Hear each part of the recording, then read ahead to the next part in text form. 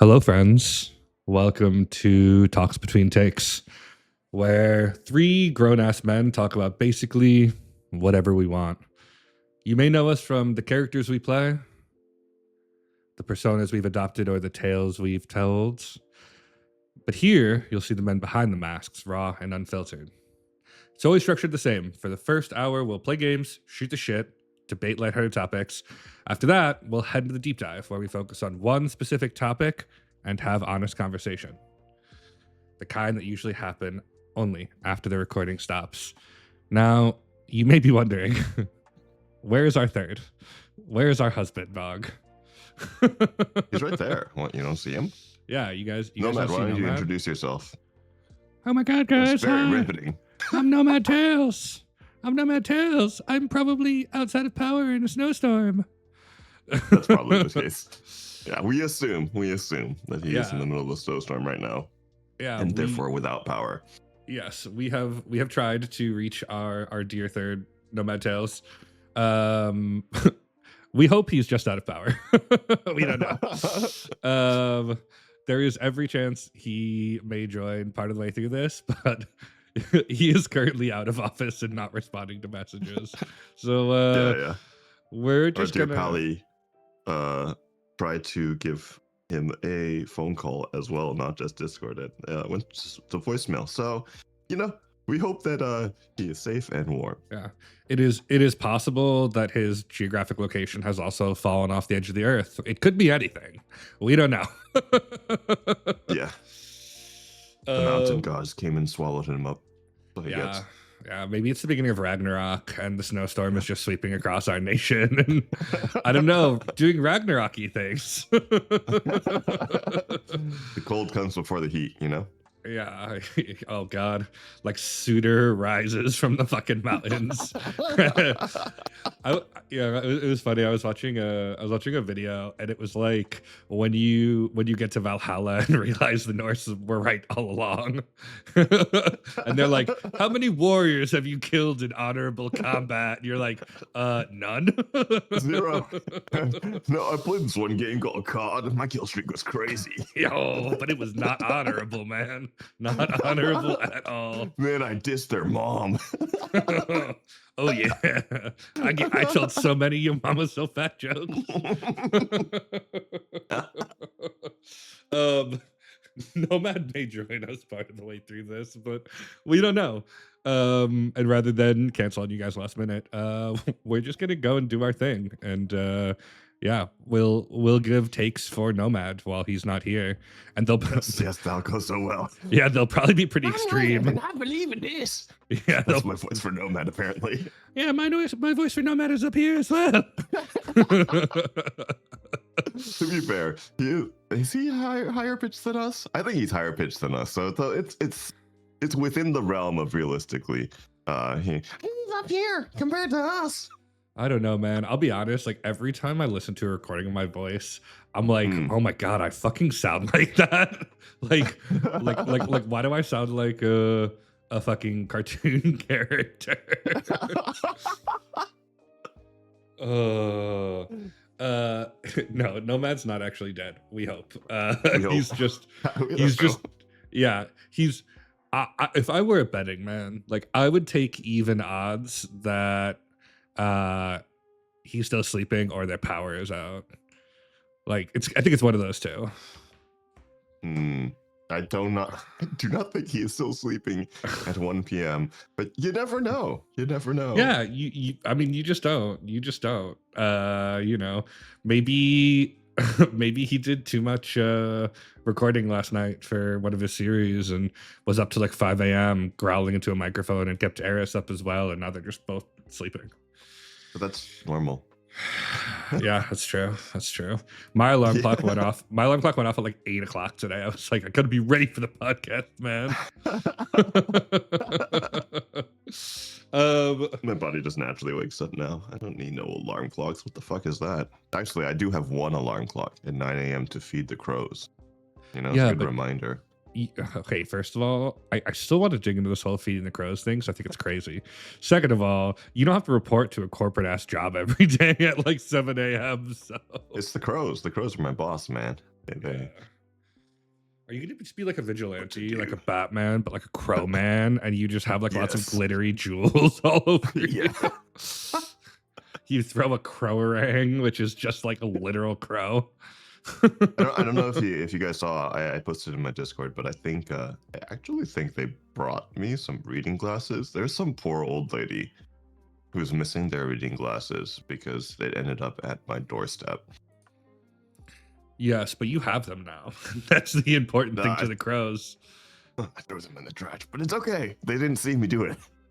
Oh, the crows saw you. They know. Wait, Saluna says my body wakes up at 1 p.m. every day. Sal, no. Jesus, Sal. Hey, Sal. chat. Will you just shame Saluna briefly for her sleep schedule? It would mean a lot to me. Like, You know that there's probably a lot of the chatters that have a similar sleep schedule, right? no, you know what? I believe in our chat. Our chat has healthy sleep And habits. to be fair, when I was like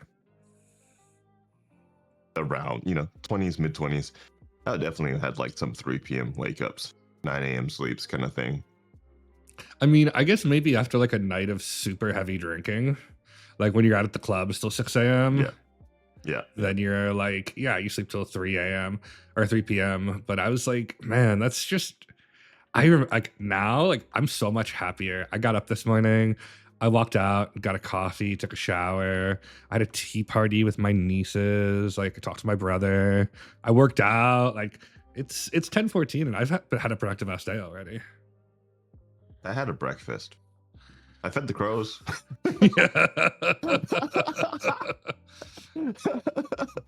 Does it count if you work the night shift? So okay, here's my thing about sleep schedules. There are like if you work the night shift, it makes sense to sleep during the day, but like you have to have a consistent go to bed and a consistent wake up time. Now, the reason I shame Sal is because she has to wake up at like 8 a.m. to work, but she goes to bed at like 4 a.m. That's not a healthy sleep schedule. If you have to wake up at 8 a.m., you got to go to bed by midnight. Like every night. That's true. That's true. But there's just a lot of people, who don't listen to that part of the, the body that tells them that they should probably sleep a certain amount of hours a night. Then, one day, they'll be like, they'll wake up and why didn't I listen to Dom? But that'll be in another 10 years or so. Yeah, 10 to 15 years and numerous bad decisions down the line. Exactly. You'll look back and go, I should have listened to that guy on the internet. Oh, man. Oh, good times. Well, all right. We had a ton of games to play. We're going to play them without Nomad, but we're just going to give his takes to the crowd. Oh, yeah. We're totally just going to... I'm Nomad. I want to be clear. I just forgot to load my gift tuber. Yeah, I want to be clear. Nomad has very much expressed these views to us, like specifically whatever we say. It should be considered like he's saying it himself because he's not here. So like if I'm like, if I'm like, I'm Nomad and I'm playing Destiny again, like that's truth right there. I think it actually is though. I mean, maybe. I know he's playing WoW again. Oh, again? Oh, that's an addiction right there. That is. Yeah. I let my account lapse, and then the group I raid with pinged me, and they're like, "Hey, we have a meeting about raiding in midnight on Thursday. Like, will you come?" And I'm like, we have a bot in chat, guys. That's how big we've gotten. We're getting bots in chat now, man. We got a streamaboo. Automod holding it down though, and thank you to our lovely mods who are actually doing violence. I'm imagining them like wrestling in a fucking arena. like co-buy viewers like, no, shut up. Okay. Well, to start, we were gonna play a game called Who Is Most Likely To. Since Nomad's not here, yeah, we're gonna give his takes for him. That's gonna be so great. Just throw Nomad under the bus for some of these. I know. I'm absolutely gonna throw. Hey man, if he had texted or something, I would not throw him under the bus.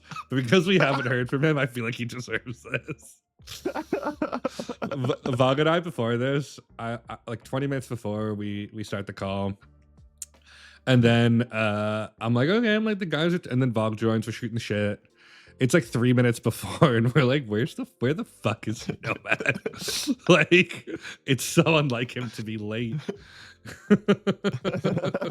Now he's just not. Yeah. We haven't heard a text yet. Hopefully he's safe. We hope they're safe. And then to anyone who's living on the East Coast with the snowstorm incoming or are already impacted by the snow, please stay warm. Please have backups, batteries, etc., for in case you run out of power. I do know that there are, in all seriousness, I do know that there are a number of creator friends in the region that have not been heard from this morning. So there might just be generally power outages in the region. Yeah. So just be safe, be aware, have your go bag, have your heaters, and candles and whatnot. And be good to yourselves. Yeah, and a pro tip for someone who grew up in the horrid Northeast: if you are driving in the snow, the speed limit is like 20 below whatever is posted on the signs.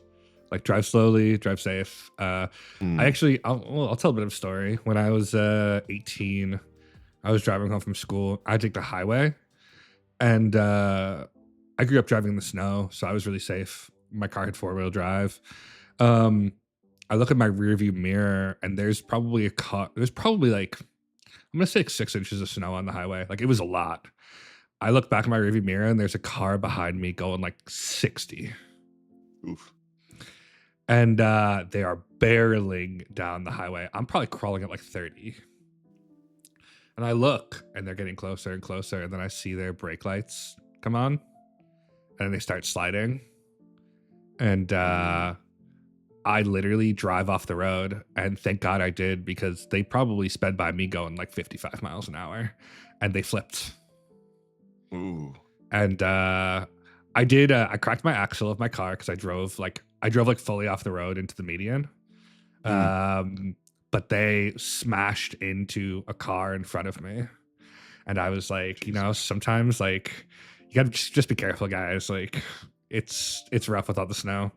My partner showed me a picture this morning of the East Coast, and it looked like beautiful winter wonderland, but also like 6 inches of snow. Okay. All right. Yeah, be safe, guys. If Nomad joins, we will give him shit and welcome him in, but obviously, just hoping he's okay. All right. We're gonna go to you know what? Actually, let's switch around to the way we're doing this for a bit, just in case Nomad can make it. It was supposed to be section 3 was ask the audience questions. But let's move this up to section 1. Like, let's give the audience a chance to ask us some questions, and then maybe Nomad will be back for the segments I think will be better with 3 folks. So audience, for like 10 minutes, if you have any questions you want to ask us about life, love, work, whatever, we will take those and we will answer some of them that do not dox us. In the meantime, Vog, I have a question for you. Yeah, what's up? What is your favorite color, and why is it purple? What? Yeah, why is purple? Basically, just asking you, why is purple the best color? Like, justify it to me. Why is purple the best? Okay. Why do you think purple is the best color? Because I do not. Because it's the color of royalty. Okay, sure. Yeah, is royalty? It's a statement. A thing. Is royalty a thing? Yes. I mean, royalty a thing for you right now. I mean, yeah. In your life, I consider myself a bit of a king and sometimes a bit of a queen. Okay. Okay. Do you have purple all over your house? I don't think I've seen a purple anything inside your place. I have a purple fuzzy robe. Do you? I don't think I've seen it. Well, I think I would have laughed if I saw you in it. You don't get to see me in my fuzzy robe state, my friend. I mean, it's sort of like a slutty little thigh cut. Like, I don't think you're gonna see me in it. Why not Oh though? man. Why Okay. not? Okay. Why can't I Okay. see it? Okay. Huh? Okay. I Anyway, want to see it. You know anyway, what I mean? Cheerio has a question. What is in your get the fuck out bag if you have one? Uh, Ooh. Okay, you first. yeah, I think we mentioned bug out bags last session. Heavily dependent on where I live. So when I lived down in the LA area, my bug out bag was basically like a fire or an earthquake bag because that's really what's dangerous in that region. Up where I am now, I would be shocked if fires were a thing. So I don't have it anymore. What I think should be in every bug out bag is well, depending on where you are, right? Like if you're in the desert, you obviously need like water and stuff.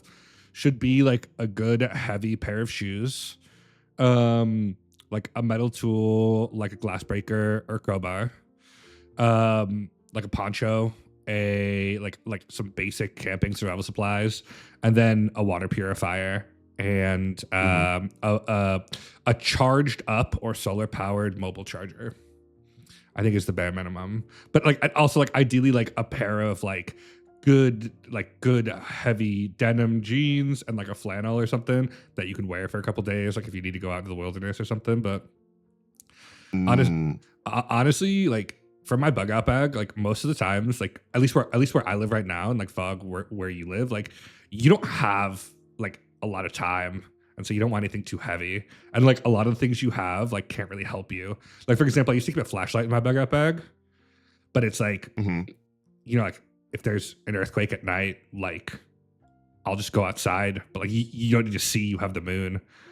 Yeah, but you also have your cell phone with a flashlight Yeah. already inputted in it, or like, at least for me, I have like a tiny flashlight on my keychain. It's a gift, and it's just really thoughtful. It's just like really easy to Yeah. describe because like things that you will have on hand is good to good to keep on you in general. But like bug out bags in general, I've had like first aid kits, water, definitely like a small sleeping bag type of thing, really Mhm. compact, nothing too bulky. Yeah, it depends. It like depends on how big it is, right? Like back when I used to keep like a gun in it and stuff. But it's like, Oh, okay. what natural disaster do you need like a firearm for? Don's planning to Uh, loot everything. That's what Don's okay, planning to do. okay. I'm sorry if the apocalypse comes. I'm 100% gonna be a looter.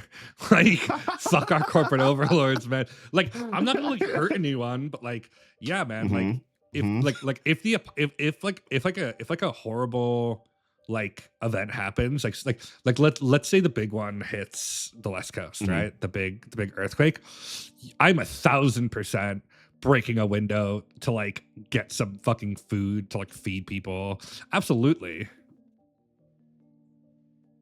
I'm not like Okay, looting. okay. I'm not like looting like the Nike store. Like I don't give a shit about that. But like food, like pharmacies, like groceries and stuff. Absolutely. Oh yeah, absolutely. I Yeah. know that you're gonna be in the mall trying to grab them flat screen TVs. Oh You know. yeah, baby. No, no, no. I'm gonna be in the GameStop just like looting fucking games. No, no, actually, really, I'm gonna be in the TTRPG store and I'm gonna have a backpack full of like D&D books. Oh my gosh. Bro, do you know how expensive those are? Like, Yeah, uh, yeah, definitely. Dude. Oh man. And the figurines and everything, they're so expensive. yeah, dude, I'm just gonna walk out with like one of those like camper bags full of minis.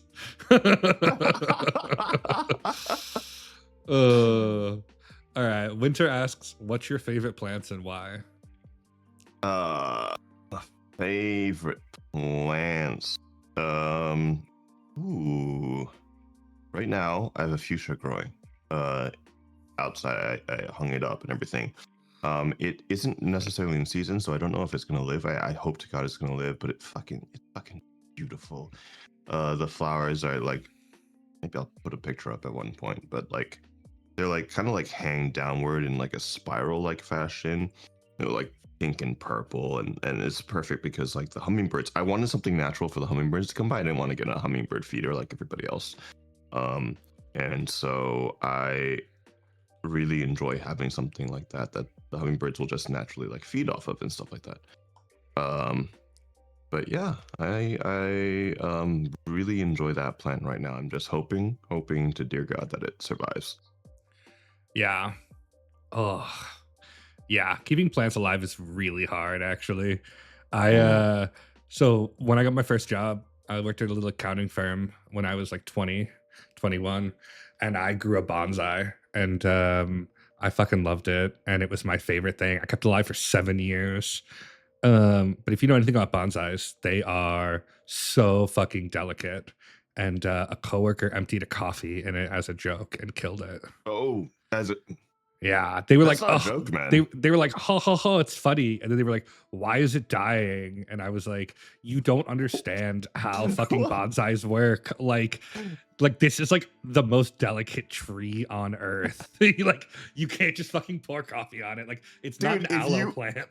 if even if you poured it in an aloe plant, I don't think the aloe plant would live. I don't know actually. The aloe plants are pretty Maybe. hardy, but like if you pour coffee in any plant, Well, Jesus. it's super acidic, but like the coffee grounds actually are very good for some plants. But like, yeah, no, dude, that bonsai Sure, died grounds are fine. in like a fucking. I mean, it wasn't like hot coffee; it was like lukewarm coffee, like just the end of it. And he was like, "Ho ho ho, it's not gonna do anything." And I was like, "No, like you just murdered this fucking thing." And I tried so hard, but it died in like 2 days. Jeez. Yeah. All right. This disc. We're actually going to go to a quick break, guys. We are going to bring in a little guest podcaster to come with us because we need three to do the podcast, boys. So we're gonna hit a quick like 3 or 4 minute break, and then we'll unveil our special surprise guest to replace Nomad. So stick with us, guys. I'm right here. Yeah, what do you mean? I'm Nomad. I'm right here. Oh, so sorry. Oh, sorry, Nomad. We're just replacing you temporarily. Like, oh no, don't replace me. Don't replace me, dumb. Yes, that's exactly how Nomad sounds Yeah, in headcanon. really exactly. So give me like 2 or 3 minutes to get this person in and fix the nameplate and put their No, gift you can keep Uber. him as Nomad. That's the Snowman. Oh, Yeah, keep yeah. keep as Nomad. Like all opinions represented are Nomad opinions. Amazing. Yeah, we'll be right back though, crew. Be right Give back. us yeah. Bye.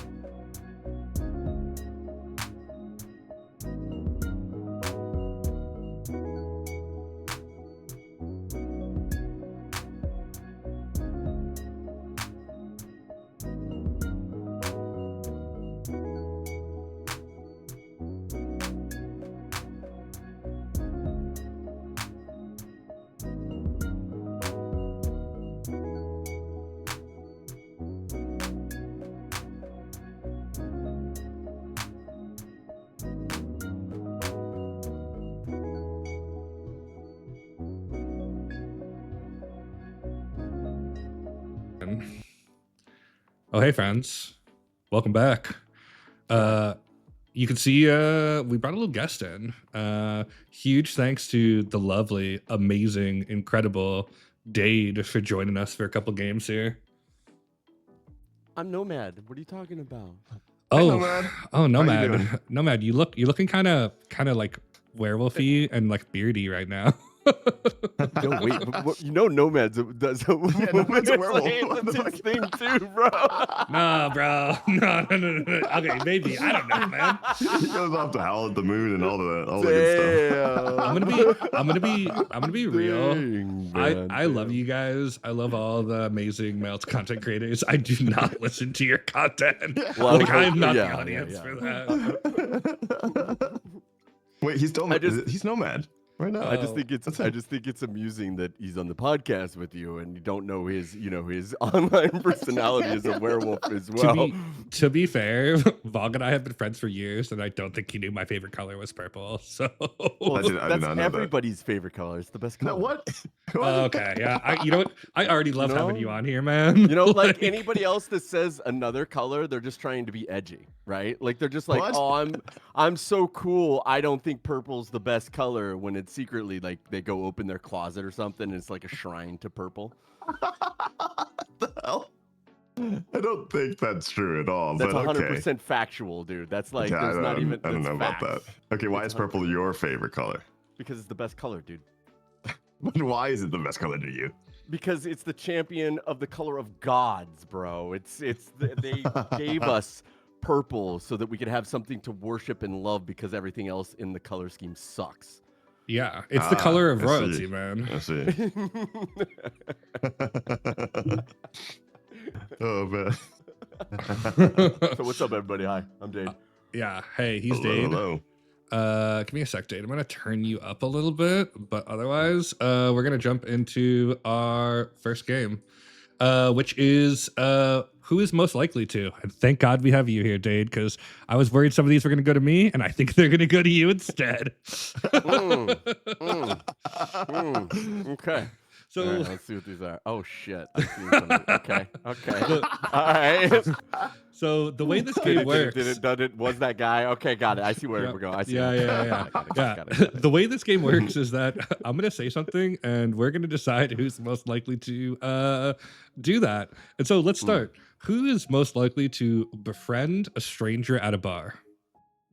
Ooh. To be honest, I think among the three of us, I'm probably the most introverted, which is a crazy thing to say because I feel like I'm not that introverted, but I feel like you guys would be in the lead for sure to be friends of stranger at a bar. That's the only reason I go to a bar. Yeah. Like that's Yeah. why I go to a bar. Like why else do you go to a public setting where you drink so that you can get over your social weirdness so that you can talk to strangers? Like that's like the point. That's why I go. Don't you go to a bar with friends? And I guess you could go What to are a bar with friends those? and talk to. No, okay, no. Here's No, the even with thing. homies, like you're gonna meet other people there. Like Yeah. you go to drink with people and be in an atmosphere of public where I'm gonna want to talk to other people.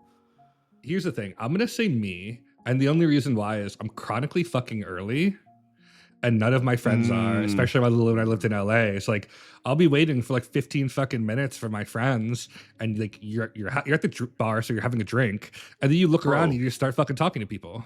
Bro, I recall, and I'm totally gonna out Tom. I recall a Nice, time good. I waited for like 3 to 4 hours for this guy. Nah, that's bullshit. I don't believe it. That sounds right. I believe that. I believe it. I don't believe it.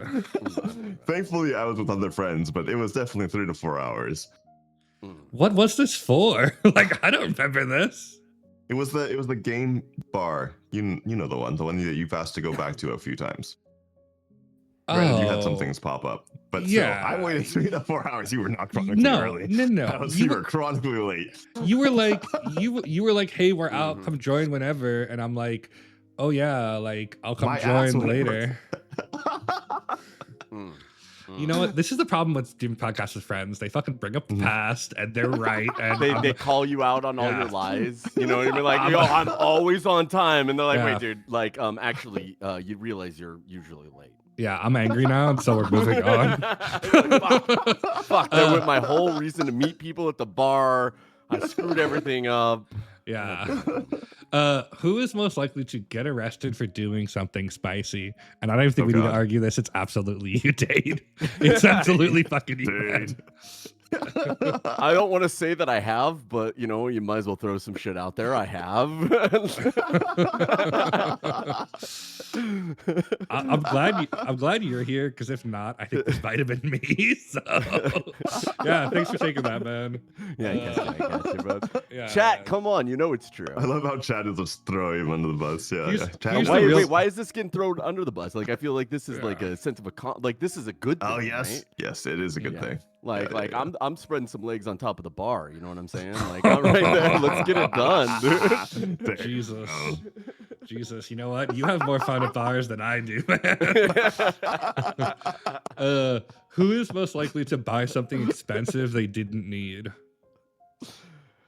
Ooh, I'm gonna go with Done. Vogue. No, it's you, bro. why?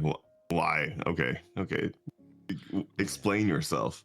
Because you'd be sweet and being nice, and you feel like you're getting them something nice. You're like, here, you need this. Wait, And they're wait. like, oh, for me, Yeah, something for that you. I don't. No, need. not necessarily for Buy you. myself something. Not Oh, necessarily interesting. for you. Wait. But I think it's you because like I thought it was buy something for somebody else that was expensive that they didn't. no, Oh, yeah. no. I mean, it could be you Ah. there. I don't I- know, man. I gotcha. I feel like occasionally you're like, oh, I want to do this, and then you buy something, and you're like, oh, like I don't know, man. Maybe this is a lot of work. I don't have all the parts. Don't call me out like that, man. Dang. Don't call me out like that, man. There's Like- definitely been a Yeah. few things that I sat there. I recall like a very fancy camera for a rig. Is that a thing? Like the studio Oh, camera? shit. Yeah, that's one right behind me right now. It's Oh, literally yo, decorating my wall just at this point. Send it out this way, dude. I'll use it for you. I have a cinema. no, it's not even a stills camera. It can't take stills. It's a cinema No. camera, which means it can't even do like video and movies. You need like perfect lighting, right? All that crap. A whole rig. To be fair, I have what I've used it for is I've rented it out. I've used it on sets. Oh, I used it for other people to use it on sets and full rigs and stuff like that. But I don't use it for shit. What's I'm it not like? part of What's the it camera for? department. What were you? What was the when you got it? Were you gonna make movies? Like, what was the? what was Yeah, the goal? so I didn't know what department. This is when I was starting out in like film and TV and stuff like that, and I didn't know what department I wanted to get into, and I was like, oh, to be, and my fucking ignorance is like, oh, to be in movies, I need a camera. And granted, like later find out most people just rent their shit, and I'm like, okay, I'm gonna spend a shit ton of money, and you got this. Maybe I'll put a picture up of the rig, but it's like a full shoulder rig, like maybe like the size of. Think about like the size of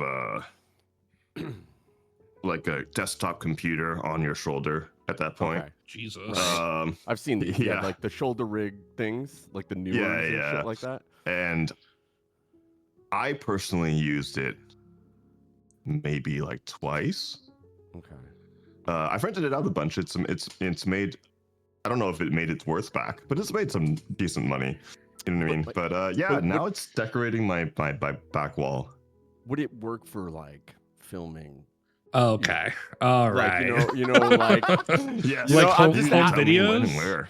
yeah, I'm just saying, like, if I was like, hey, Vog, like the OnlyFans is up, mhm. Could you bring the shoulder rig out? I need to Yeah, film yeah, some, yeah. you know, Let's do it. Let's I do need it. to film some shit. Like, is it that kind of camera? Is that what we're like? Yeah. How is it gonna catch the veins on it? Like, I need to know. You know yeah, what I mean? Yeah, absolutely. bro. I also have like a macro lens that we can like a 100 mil macro need lens. that. You can really get the details. So it's gonna make it look bigger because that's really Yeah. That's Check really every important. I think vein we need to glisten. stress that this is very important. Chat, just to clarify, he's talking about his biceps here, okay? He's gonna get a pump on at the gym, you know. You guys invited me here. I Yeah. just want to let you know. and blessed to have you, man. Blessed to have you. All right.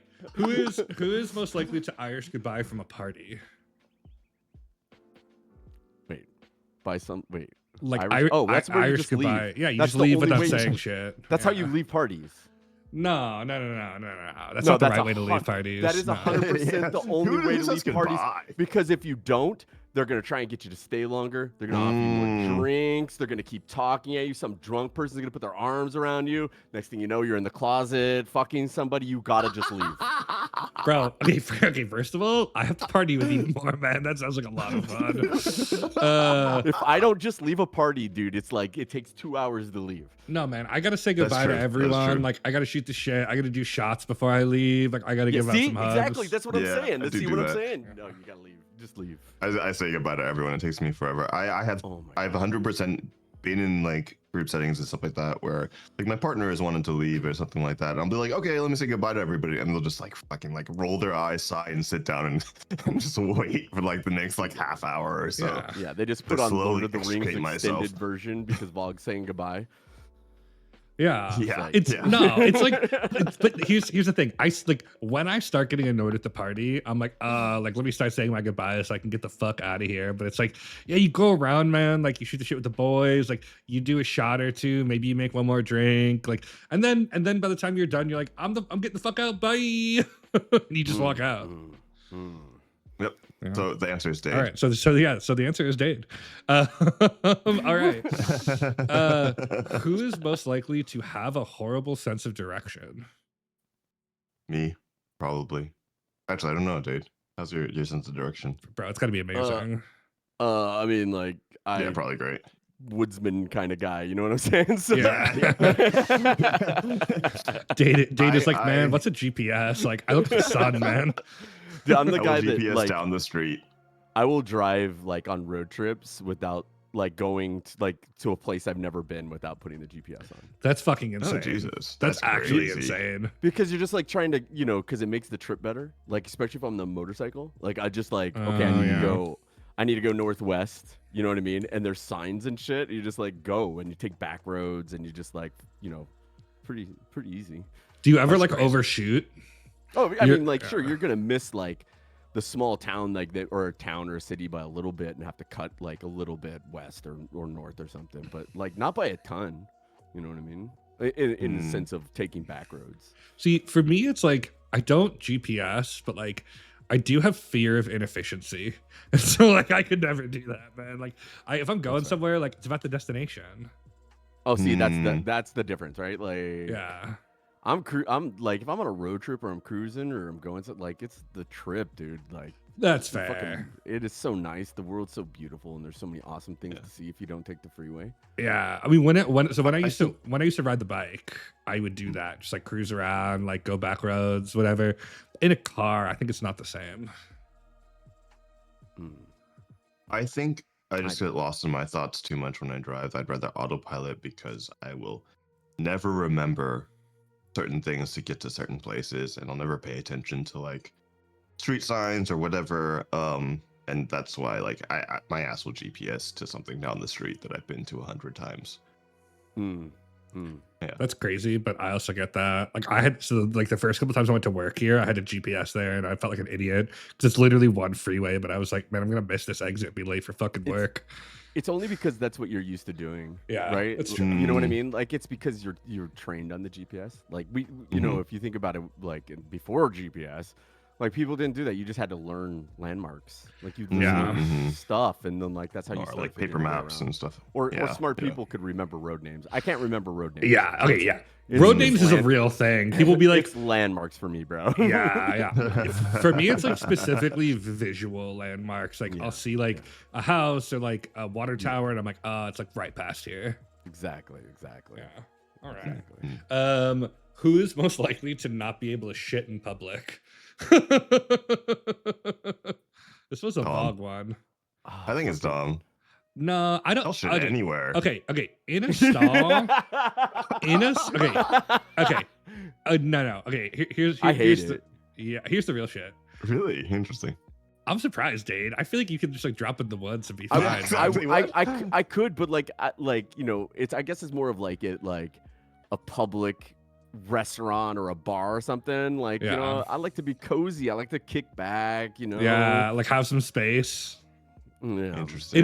It is hard for tall guys. I think this isn't talked about enough. Some of Oh, those it's bar so stalls are comfortable. really small. Like bar really stall- small. plus people piss No. all over them, and it's all nasty as fuck, dude. Yeah. That's true. But like, I don't know. If I got a shit, I'm not waiting. Well, right. I mean, Like, obviously, if I it's gotta go, I'm going. if it's real bad, I'll fucking pop a squat on top of the seat. If it's real bad, like if the seat is disgusting, I'm doing the I'll squats. I do I'll the squat squats. too. I do the squat Yeah. too. But okay, here's the thing I'll say. Dropping bombs from the sky, baby. Yeah. I'll poop anywhere. I'm a like when there's a huge line behind me, I'm an anxious peer. That's the one thing. Oh, I like interesting. Yeah, like, but it's more like the pressure of like you know, it's like when the game gets out and you're like there's like the line out the door and like people are like fucking ripping through there. It's like I don't know, man. Something about like the anxiety of like 20 men watching me pee. Like it gets to me, man. It really gets to me. I will say, dude. I'll only use a urinal if the stalls are full. Oh, I'd rather sit and piss. I don't want to fucking splash all over myself. Dude, sitting and pissing is Man, easier. You're not making a mess. You don't gotta fling it 20 times. Yeah, I guess. I just keep it out and walk over to the dryer. You know what I mean?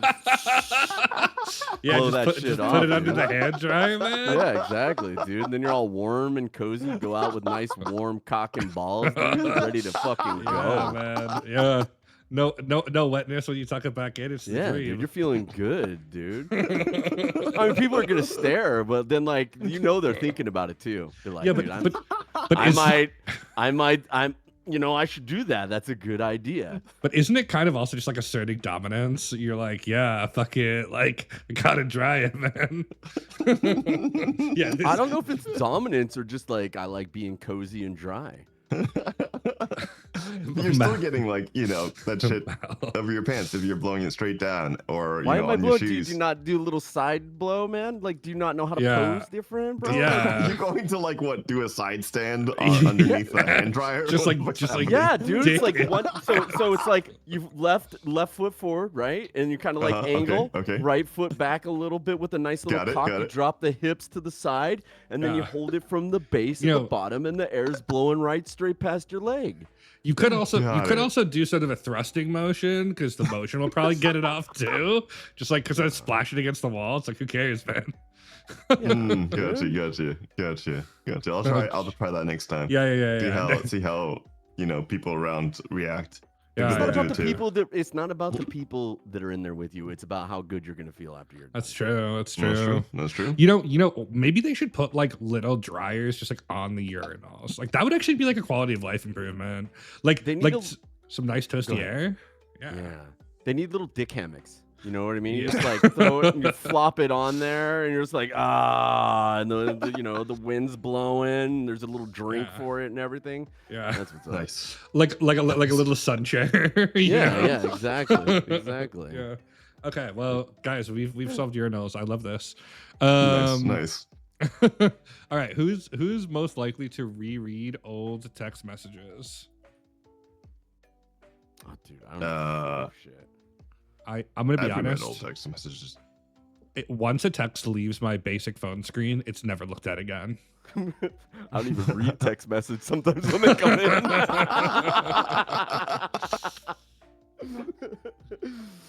Yeah, I mean, so it's like a mix of both for me. Like, there's definitely. Hang on, if I look at my phone right now, I'm gonna see how many. I'm like opening text mine. I'm like, have notifications I I read have. anything? Okay, I do keep 385 unread text messages. That's fucking crazy. I have 107 unread. I have 0. Yeah. I read. No, I'm sorry. I have 1. What is this one unread text message? I have 86 missed calls, 107 unread text messages, and 95 unheard voicemails. Okay. I have 99 missed calls, but at the same time, I just don't think the number will go above that. That's absolutely fucking crazy, you guys. Like, how do you deal with all the I'm a 0 inbox, 0 phone. Oh zero, my god, 0 red notifications on my phone. Man, Wait, what notification? Dude, I don't have notifications on my phone. I have no social notifications. I turn off notifications as well. I have none. There is no notifications on my phone except for the alarms I set. But don't you get like the red bubbles where it's like, Oh no. I have, Okay. I have it all I have hidden. the red I don't bubbles. have. I just I- don't click it. Yeah, I don't have the phone thing on my home bar. Oh, that's crazy. That's crazy. I don't have the phone thing on there. The only, like I don't have socials on there. They're all within the app. Like I don't have any quick marks to any socials or phone stuff. on my Interesting. phone. To be fair, Dade, I could also see you having like an old school Nokia, like the Do not- invincible one, like if like the I flip have a phone. modern phone. I have a Samsung S24, but like No, but I could see I you with don't that know. fucking brick, like living a good life and being like texting. Like I don't want to hit 1 6 times. Like fucking call me and I'll pick up. I want to talk to you. I do call people. Okay, They okay. never answer. Okay, to follow up on the missed messages. So like, there's there's certain people that will open messages from, and I have reread certain messages. I don't know, from like that were like affirmations or like stuff like that. Because like, you know, when you're having a bad day and you're just like, someone wrote you something nice like a while back, it's like, oh, I can remember those good times, kind of thing. So I have reread old texts for sure. Okay, I don't have any of those. Maybe that's why I don't read them. Oh no! Yeah. I will send you affirmations, Dave. Thanks, buddy. Thank I you. will send you No, I'm many. just kidding. I need my affirmations fresh off the press. So like I need them day of. So I'll just be like, say something nice to me. I don't want your stale ass, dated ass affirmations. Like, tell me how much you appreciate me today. Oh my god, fucking unhinged. Okay. Who is who is most likely to ask a partner if they can be Little Spoon for once? Dom. I mean, I will 100% ask that, bro. I love being Little Spoon. Yeah, same here. I love being Little Spoon. I love having like a jetpack, and I'll raise my hands and go wee, go fart machine. we were talking about this with Nomad last night, and we were talking about he made the jetpack comment, and we were like, why is it a jetpack? Are you just like Dutch ovening your partner all night? Apparently. Oh, Jesus Christ. I do love being Little Spoon, but like, so we're all like very large, big men. Like I never get to be Little Spoon, so it's nice. Plus there's like, there's nice parts that press against you when you're Little Spoon. It's not bad. That's true. It feels nice. Little Spoon feels nice. I do not enjoy it. Really? Oh, I'm really surprised interesting. by that. Yeah. It's not so much that I don't like being cuddled or anything like that. It's that like I like to be in control of how long I want to be touched. Yeah, you can always like roll over and be like, okay, I'm fucking done now. Yeah. Gotcha. That's fair. That's pretty good. That's fair. That's a Well, good boundary. let me ask a follow-up question. Let's say theoretically you were in bed with multiple people. Would you like let's say there's 3 people. Which side would you want to be, like left, middle, right? I think it would depend on the dynamic, but I'm probably going to be on the left. Okay. So I think I've only really, most of the time I've done center, but like, dude, your shoulders start to die. Yeah. Maybe an hour in, like you can't feel your arms anymore. You're just like, oh crap, I can't move to either side. Right. I can't turn my head. Like I'm just like, oh god. Everyone else is asleep. You're just like, fuck. You can I just like can't move. I have to be by the edge of a bed. Like I have to be able to get out and get to something if I need to. Oh, okay. I have one more follow-up question for you, Dade. Okay. If the bed is against a wall, do you have to be on the exterior or can you be Yes. like on the wall? Oh, okay. No, I cannot be on the wall side. Absolutely fucking not. Okay. You know, it's so interesting because I love being on the wall side. It's like, yeah, like No, I gotta be able to get up, get out. Like if something, I have that. It's from past life, right? It's like Yeah, I get you. It's I an get you. anxiety thing. Like I have to be get able. you. If I hear the door jiggle, I have to be there at that door. That's fair. Ready? That's fair. That's fair. Yeah. Well, all right. I think we'll do one more. Who do we so obviously we have some very attractive men on the podcast with me. But who do we think has received the most confessions? Ooh. I mean, it's definitely not me. So I'm gonna point to one of you guys. the most confessions, like people confessing their undying love. Yeah, and willing like to go to war and die for them. And yeah, specifically like them blood in the Specifically mail. going, yeah. And stuff It's like that. specifically like a Helen of Troy thing where it's like they will go to war for you. They will like pillage a country and or city. Well, okay, so not that extreme. I don't think I've received zero of that. Zero. But I plead the fifth. I plead the fifth. Okay, so Date is like people have overthrown small countries for me. Like, do you know what happened in Venezuela? Like, that was for me, man.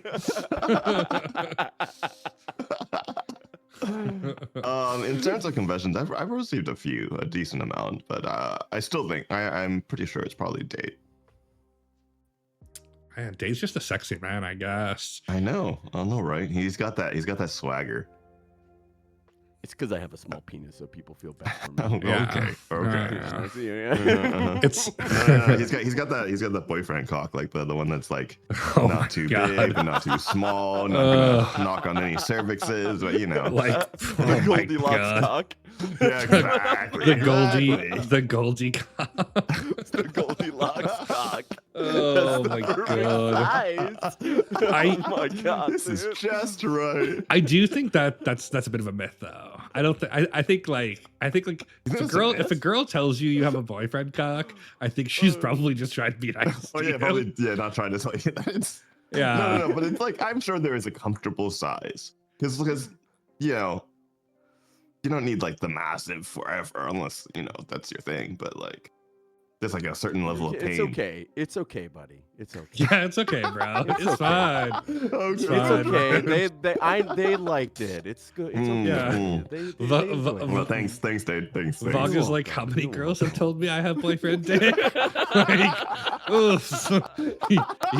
He's pulling out the measuring tape right now for the first time. No, look, I swear, look it. I got it right here. It's measured. It's 6 inches. God damn it. Yeah. It's a gentleman 6 foot tall. Jesus Christ, the first half of this was fucking unhinged. Well, we had a lot of other shit to play, but I'm a little bit worried we're gonna get canceled, Dade. So Why? What did I do? Is it my fault? I You mad about my Goldilocks cock? God, jeez. Okay. Yeah. Jesus. Okay. I'm fucking dying over here. With Goldie I cock. think host exe is given out. Oh, fucking Jesus, man. Like, if you've never watched my stream, like, you have just like, I was like, you sure you want me to come on? You know? Nah, man, we appreciate you coming and coming on, like Oh, you know, the rest is Yes, on his. coming everywhere. Everywhere, all over the place. I'm sure everyone knows Dade, but can one of the mods throw his Twitch? Dade recently made a Twitch partner, which is Hell yeah, we fucking got a incredible celebrity out man. here. Yeah. Oh my God. This is why he likes purple because he has a purple check mark. Yeah, my it's because I'm God. such a Twitch bitch. Okay, deal with it. Mhm. Yeah, like oh my God, Hey, like just the biggest wanna Twitch get- match. If you want to get partner, you're gonna have to suck some dick too. Just get used to it, okay? Like, Okay, well, I gotta figure out how bad I want it. Like, is it like full shaft or is it just like a lick? you better get ready for some balls down on the tonsil kind of thing. You know what I'm saying? Jesus. All right. Well, there's There's three of us, so we'll Gluck Gluck Prime. yeah. So, I don't know who the CEO of Twitch is, but if you're watching and I want to make partner, you can call Tate. He'll pay the price for me. I got you. I got you. for me. I appreciate that, man. That's a good guest right there. Perfect. Love it. Love it. All right. Well, thank you so much, Dade. Nomad, let us know he's coming on, and we're talking about masculinity, and Dade doesn't want to get canceled now that he made partner. So Yeah, I gotta go because this next conversation is all nomad. But thank you so much for coming on, man. It was a Yeah, no great worries. fucking unhinged ass time. Thanks for stopping by us at last minute. All right. Yeah, no Yeah, worries. Y'all have a good one. all right. Enjoy. Yeah, Bye, we're- chat. You suck. uh fucking love that guy. We're gonna go to break while my blood pressure lowers, and we'll be back with the one, the only, the Nomad Tales, to do a deep cut about masculinity and maybe boyfriend dick. We'll see. And boyfriend dick. Yes, the Goldie dick. All right. We'll be back in 5, chat.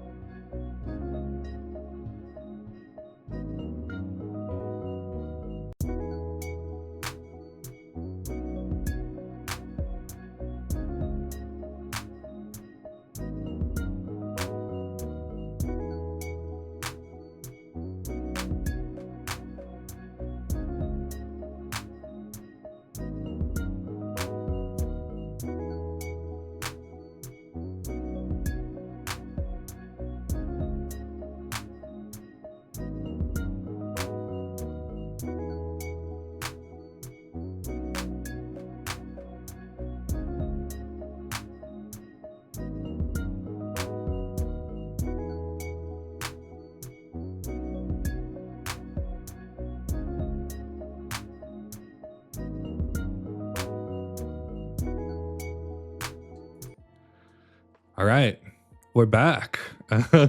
Nomad, welcome in. Hello. Hello. Hey, Nomad, you said some really weird things before break. It was like you were a different person or something. You know, so I get that a lot. You know, there's this dude who thinks he's into like werewolves or some shit and kind of vaguely sounds like me. I don't know. It's weird. Yeah, you were just talking a lot about like dicks. Like, is there like something you want to share with the class, or like is like a temporary obsession? Or You know, sometimes I come off with the energy of a very small man, and you know, it's an overcompensation method for you know me. I see. Yeah. You drive a Hummer, don't you? Oh, 100%. Yeah, big ass. Actually, I drive a really big pickup truck, and when I'm not driving that, I've got a really big motorcycle as well. Oh, and did you nice. cut the exhaust off the truck so it's really, really loud? Oh, yeah. Well, that didn't happen to me. It actually was somebody else in my neighborhood. They wanted to make sure everybody knew how big I was, so they cut it off for me. Oh, damn. I see. That's a good friend, man. That's a good friend. the pickup truck and the motorcycle are real. I don't actually know about the exhaust, but I'm just being a dick in this moment. That part's me just taking a your step. neighbor. I don't think Dade is like a muffler or a No. exhaust remover. Maybe on the bike, just to establish dominance. No, because that's actually a really, really nice touring bike. Like that's a get on it and go for a while bike. I'm gonna be honest, like hearing him talk about road trips, I had a motorcycle when I was younger, and it kind of made me want to get one again. Ooh. Yeah, get like a touring bike, put your girl on the back, just like pick a destination, just fucking ride. Every time Dade talks about his motorcycle, I get itchy to get another one myself because I'm just like, God damn it, I miss my bike. All right, how about this? Fuck. When we hit 1 million followers, we'll all get bikes, and we'll road trip across the U.S. See, God. I'm okay with that option. Like, let's do it. Okay. To be honest, it's been like maybe 5 years, maybe even longer that I've dreamed of RVing across the states. Just like picking up an RV and going straight out like across and just like checking out all these places that you would never stop by. Oh yeah, like hit up a bunch of. Here's the thing, like I feel like I've explored the world a lot. Like I've been to like more than 50 countries. Like I've traveled a great deal. I sometimes still feel like I don't really know the U.S. that well. It's so big. Like, there's so much cool shit here. Yeah, it's that weirdness of, like I do know people from Europe who go, well, what do you mean you're like really close to your friend? Don't they live in another state? It's like, yeah, but that's like an hour and a half drive. It's nothing. It's like, wait, what? That if I drive an hour and a half, I cross a border. I was like, yeah, not here. Unless you count states as borders. I had a buddy visit from oh my god, the UAE, and he was like, yeah man, he visited me in California. He's like, yeah, look, I know this really good restaurant in Dallas, let's go there for dinner. And I was like, bro, like you don't know how far that is. Like that's like a 20-hour drive. Like you could be in Russia by then from where you are. Yes, Dallas, Texas, from Los Angeles. And he's like, yeah, it looks pretty close. I'm like, no, it's not. Mother, oh no. Yeah. I think I Googled it, and I think it was like a 24, 25-hour drive. That's honestly shorter than I thought it would be. But yeah. Well, I think it's assuming. Just to go upstate, it's like 8 hours. Oh yeah. Yeah. I mean, LA to Seattle is like 18. It's wild. Yeah. If I want to get from here to the other side of New York, so from Boston to Buffalo, it's 7. Yeah. And that's assuming good roads. Yeah, that's assuming nothing happens. Yeah. It's crazy. But yeah, at 1 million followers, chat, we will tour. We'll get the girls on the back. We'll tour up. You know, I'll let my hair ASMR podcasting just with the motors. You know, just really be immersed in this soundscape that we're. I'm not too proud to admit this. I've done a couple of motorcycle boyfriend audios. Man, they do well. People like them. People like that vibe. Great. I'm not gonna lie. I did a book talk motorcycle boyfriend one. Surprisingly, it didn't do super great. What if Maybe it didn't hit the niche at the time? Yeah. What if we all get leather jackets? Okay, done. Next question. I already have one. Yeah. Leather jackets, and like not cowboy boots, but like the biker boots. Nice. Also done. Yeah. Next. Yeah, and then we'll do like button down white shirts under the jackets, and then we'll be like true book talk boys. There it is. Nice. Yeah, you got to get the super tinted helmets as well. Aviators. Yeah. We need aviators. Got to have them. Oh, I already have that one. Yeah. You have taken my aviators just to mock me. Is there a reason you're calling out like 80% of my fucking wardrobe right now? Like, I get it. I'm sorry my Wi-Fi fucked up. I'm sorry. But god damn. Oh no, we plan to give you so much more shit. Just wait for it. I respect that. I respect it. I deserve it. I mean, well, the wind deserves it, but I can't control that. So lay it on me. We're gonna play a game that I like to call Are These Red Flags or Not? And basically I sleuthed the internet for shit that was like, is this a red flag? and we're gonna decide now. Chat. If you have any questions of your own about if something is a red flag or not, write it in chat. We'll get to it. But let's start out. Is it a red flag or not? Someone you're dating is still friends with their ex. I plead the fifth. Oh. Okay. It's weird, man. It kind of depends on what variant, like how far were they in the relationship. I think like childhood boy, like pre-college girlfriend and boyfriend, fine. Like when you're young, like if it's not that serious, it's been a long time ago, it's fine. Like anything more recent, oof, red flag. Well, here's the thing. If it's a childhood boyfriend, girlfriend, like, how do you know it's not like the one who got away? And it's like that child, the lifelong friend. Then we're inseparable. You can't tell us to not be, you know what I mean? Those horror stories where it's like, you're just going to have to accept them as part of my life, that kind of thing. Yeah, that's actually the one that I worry about. Yeah, more. That's worse. This person just came back into my life. We haven't seen each other. We were, sweethearts back in high school or early college. It didn't work out because they moved away for college. Yeah, like our parents. That one's gonna be the red flag. Yeah, that's the guy she cheats on you with 100%. Yeah, that's much bigger red flag. The guy she saw. Yeah. The guy she saw a couple times drunk and was like, "Oh yeah, you're fun," but no, that I'm a little less like, okay, yeah, you remember he's an asshole. Here's the thing. I'm never gonna tell a partner they can't be friends with an ex, but I will make it clear that like I have very specific rules around it. Like I'll be like, hey, like one, like I need to know what happened between y'all, and two, like there are a billion people in the world. Like, why do you need to be friends with someone you used to have sex with? Like, I just I don't know. I'm not friends with any of my exes. Like, I think it's weird. Like for me, because all your breakups are terrible. I mean, what?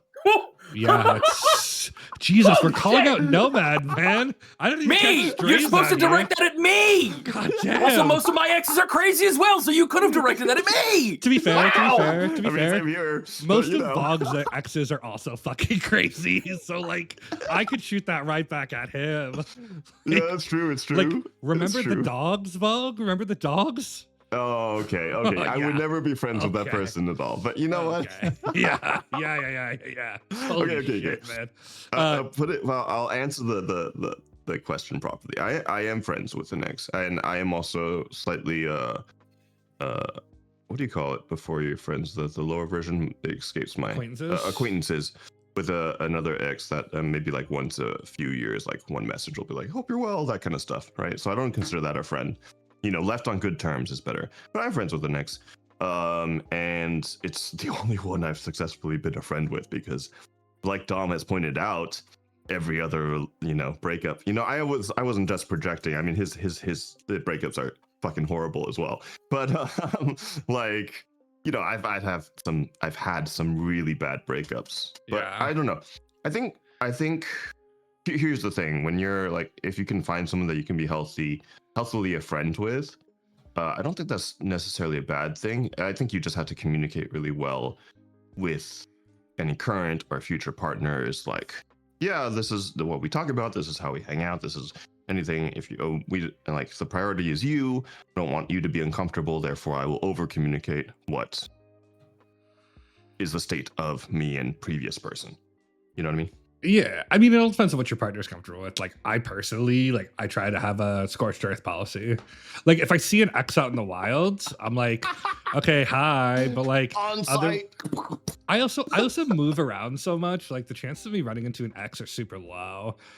So I'm kind of blessed in that regard. Like, they would have to fucking find me first. You wanna go into that? Nope. We're moving on. Okay. AST asked a good one. Red flag or no, he calls all his exes crazy.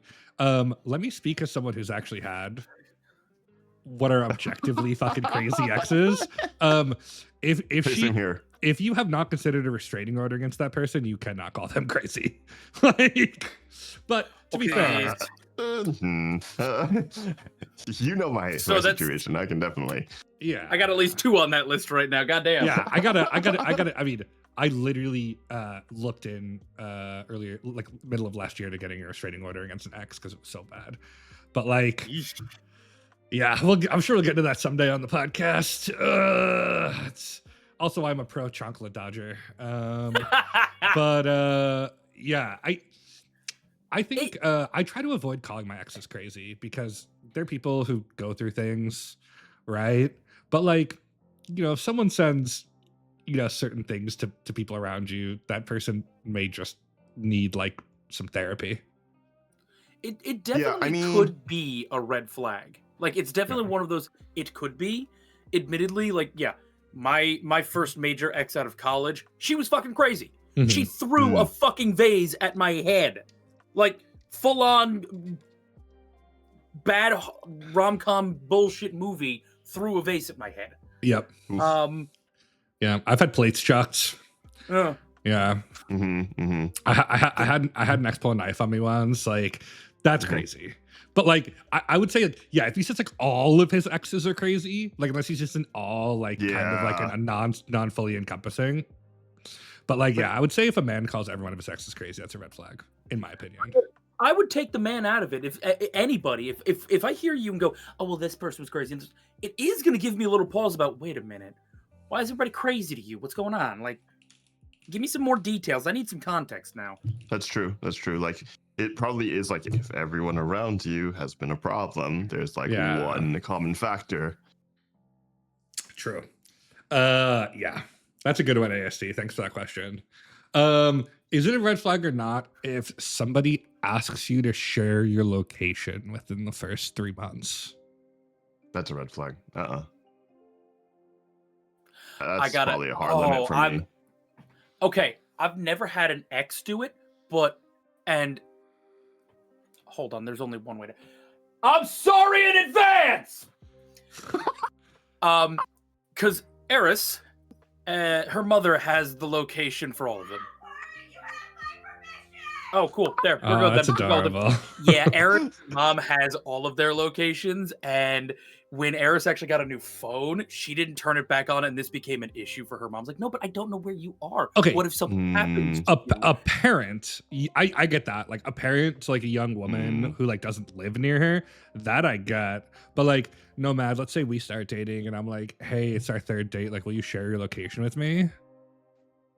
It's probably not happening. Yeah, actually, because Eris doesn't even have my fucking location. She just knows if she hasn't heard from me by X time, then there's something wrong. Yeah, no. I mean, I would. like, yeah. Her mother did actually ask, like, well, why don't you download this app? I'm like, I don't have an iPhone. I can't do that. And it was the easiest thing to breeze off. But anybody who knows me knows if you start asking for my location while I'm on the way to you or something, I lose my mind anyway. Yeah, actually, that might be a red flag. That might hit me as a red. I might be with Vog on this one.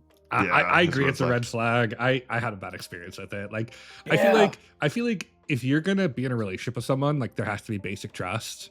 Like, if you need my location, like I'm like in fucking the jungles of Peru, sure, you can have my location. But like, if I'm in fucking, I don't know, Idaho, like, you don't need to know where I am. Like, I'm fine. There is a specific set of circumstances. If I'm out in the woods by myself, like if I'm 2 or 3 days in the backcountry, I actually carry a Garmin that it will send like Eris or whoever, it would be Eris at this point, a signal once a day that says, hey, he is here. These are his GPS coordinates. If this button gets pressed, this is where we're sending help. But that's a real narrow set of circumstances. Yeah.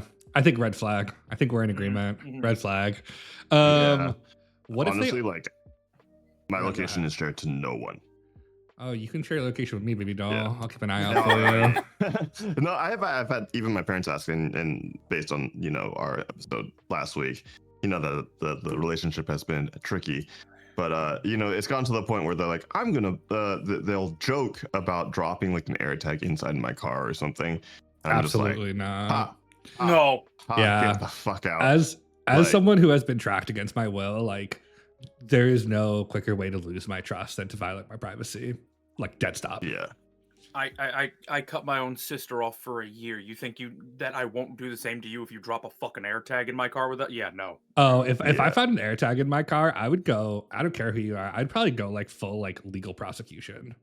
Yeah, I think Like you should. yeah, like I feel like and this might be a topic in the future. Like I feel like in this modern day, like privacy is one of the resources that like we are losing, and like I want to maintain every fucking shred of it. That Yeah. or if I share things, like I want it to be my control, right? That's why we do this podcast. Like I can decide what's said, but like nobody's gonna fucking follow me. Ain't no way. Like I will violently defend that. Mm-hmm. All right. What about if is it a red flag if someone only brushes their teeth once a day?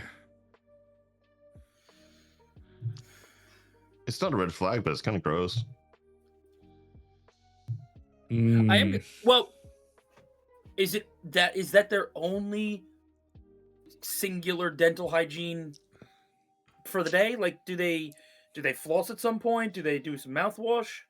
I think we can assume like maybe like at night they like floss and do mouthwash and brush their teeth. Like In the morning they don't. How do you wake up with that breath and whatnot? I mean, I'm I don't gonna know, be with you man. on that one, but I don't know if it's a red flag. I'm just gonna be like you got to do something else. Like, get yourself a big ass bottle of TheraBreath from Costco. Goddamn. Yeah, something. So not a red flag, but kind of gross. Yeah. Strange, yeah. Yeah. Yeah. Okay. I can agree with that. I will admit, when I was a kid, I was a once a day brusher, and now I'm a twice a day brusher. Yeah. When you're a kid, you Yeah. do anything to avoid responsibility in general, right? Every meal, after every meal. Yeah. I also Interesting. oh, that's wild actually. Damn. That's a lot. I have a thing about if my teeth feel even remotely not like teeth, Like slimy. Yeah. slimy, or that like fuzzy. Yeah, it drives me so crazy. Okay. Mm. I mean, I think like as long as your dentist is on board with it, like whatever level of brushing you do is fine. I will say like I will kiss my partner in the morning, but like I try to brush my teeth before I do that because I care about them and like I want them to get the best, not the fucking morning breath. That is Yeah, or on the adorable. cheek or the forehead. Yeah. Yeah. Well, I just don't want to like breathe that rancid fucking morning air. All right. Is it a red flag? And this, I think maybe I have a bit of a controversial take here. Is it a red flag if someone does not tip? Ooh. I'll go first because I have a bit of a Okay, go for it. controversial take here. Mm. So, when I lived in places where people did not make a working minimum wage, which is most of the United States, I tipped 15 to 25% on every transaction. Now, I live in the place with the highest minimum wage in the United States. Minimum wage workers where I live make almost $20 an hour. I am reconsidering my stance on tipping. Yeah. Because like a lot of the restaurants will say specifically like we pay our workers a living wage. And like in my opinion, like if that's built into the price, I actually prefer that to tipping because then everyone pays it. But like I went out and had an $11 coffee this morning. Like I don't like a basic ass coffee. I don't know if I tip on that. I gave 5% this morning, but like I'm really considering just like if I'm going to these like fair trade living wage places, just not tipping anymore. I'm sorry, go ahead. Okay. I would say that tip is earned. So, like the same that Dom said about like, in the states where you don't get a minimum wage that's livable, yes, of course, tip. They depend on tips to live. You know what I mean? Like that's the whole reason why tip culture exists. That's why it's become a widespread phenomenon in America specifically that you tip. However, when you live on a coastal city with incredible minimum wage to the point where like when they get good tips at nice restaurants, they make more than some 9 to 5 office careers that have like which is crazy considering these people have done what they've done to get up the corporate ladder versus being a waiter at the place. So it's in those situations, especially at nicer restaurants, where I believe that tip is earned. Because if they aren't checking up on you, if they aren't like doing the typical thing of service, right?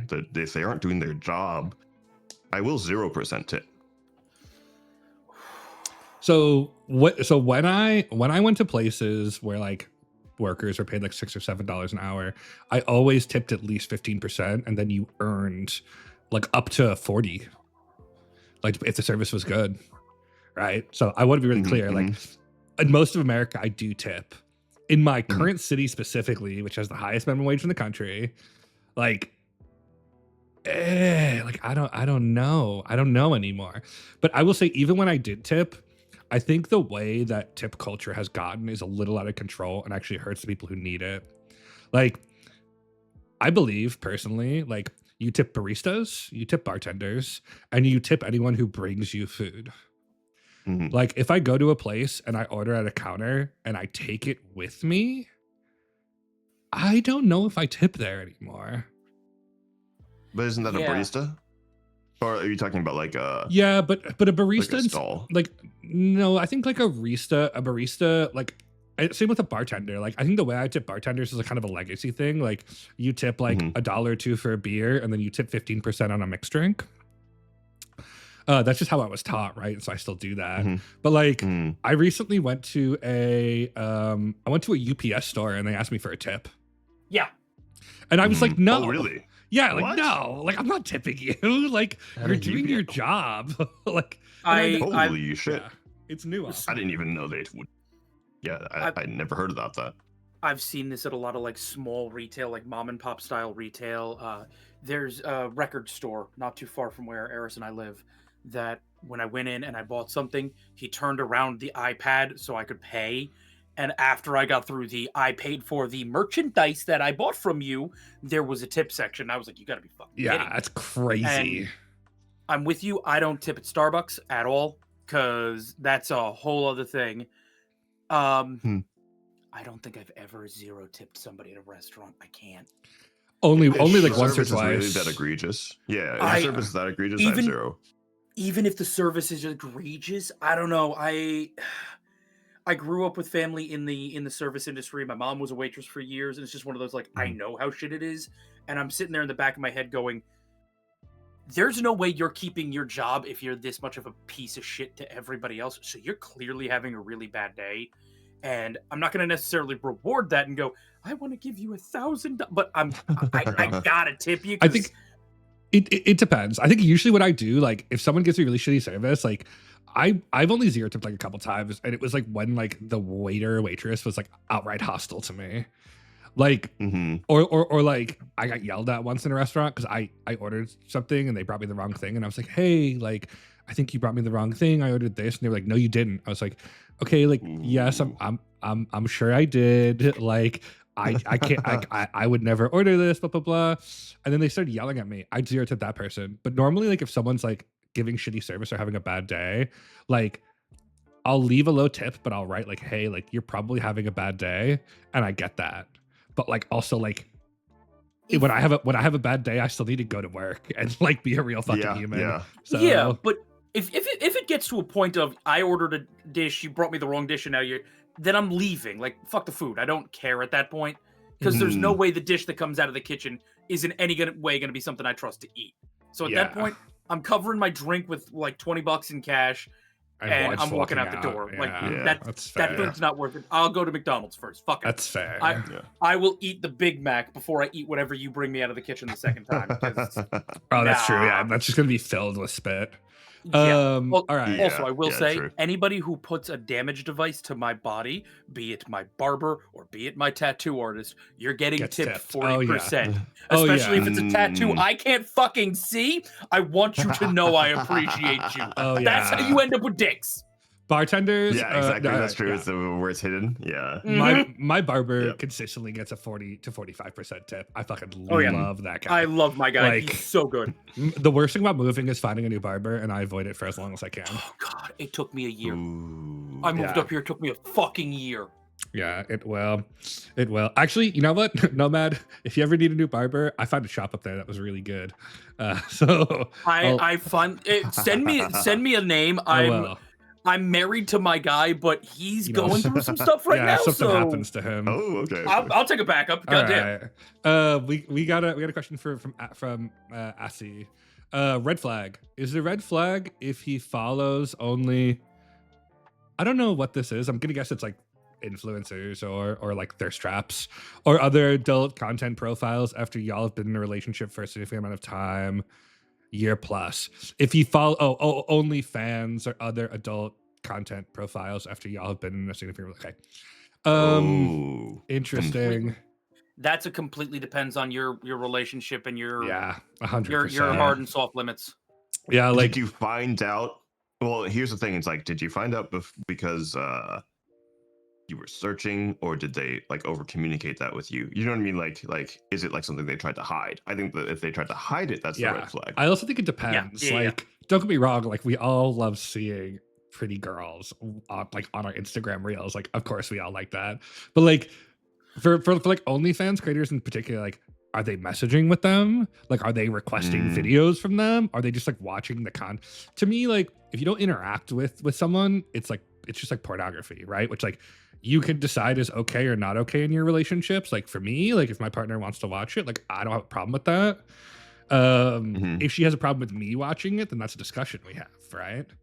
But like, yeah, if I found out my partner was like following like a bunch of people on OnlyFans and like, you know, like sexting them or like requesting custom videos for them, if they were hiding it from me, I would have a problem. Yep. If they were upfront about it, like whatever, like girl, you get yours, you know? Okay, I don't know about the custom. Like, okay, first of all, I'll rip this bandage off for everybody right here and now. As somebody who's got a couple of friends who run very successful OnlyFans pages, that's not them. They're not messaging you. That you're not actually talking to that person on the. It's a service. Oh yeah, That's it's a service they farm. You're out. talking to a dude in India. I'm sorry, I hate to tell you. That's where I farm out all my OnlyFans followers too. Exactly. If you're requesting custom content, though, that's because. Well, okay. I think Nomad and I can actually speak on that specifically because we do. I don't know if you do custom content. I do custom content, but it's like I've had people in relationships ask me for custom content. I've had situations where someone has bought custom content for their partner. But so if it's communicated once again, but if it's hidden. Okay, actually, because you put it like that, I do custom SFW. I've debated doing the other one as well, but yeah, because if I'm gonna do it for somebody else, and I know I have been occasionally, hey, this is for my partner. Can you do it for them? Yeah.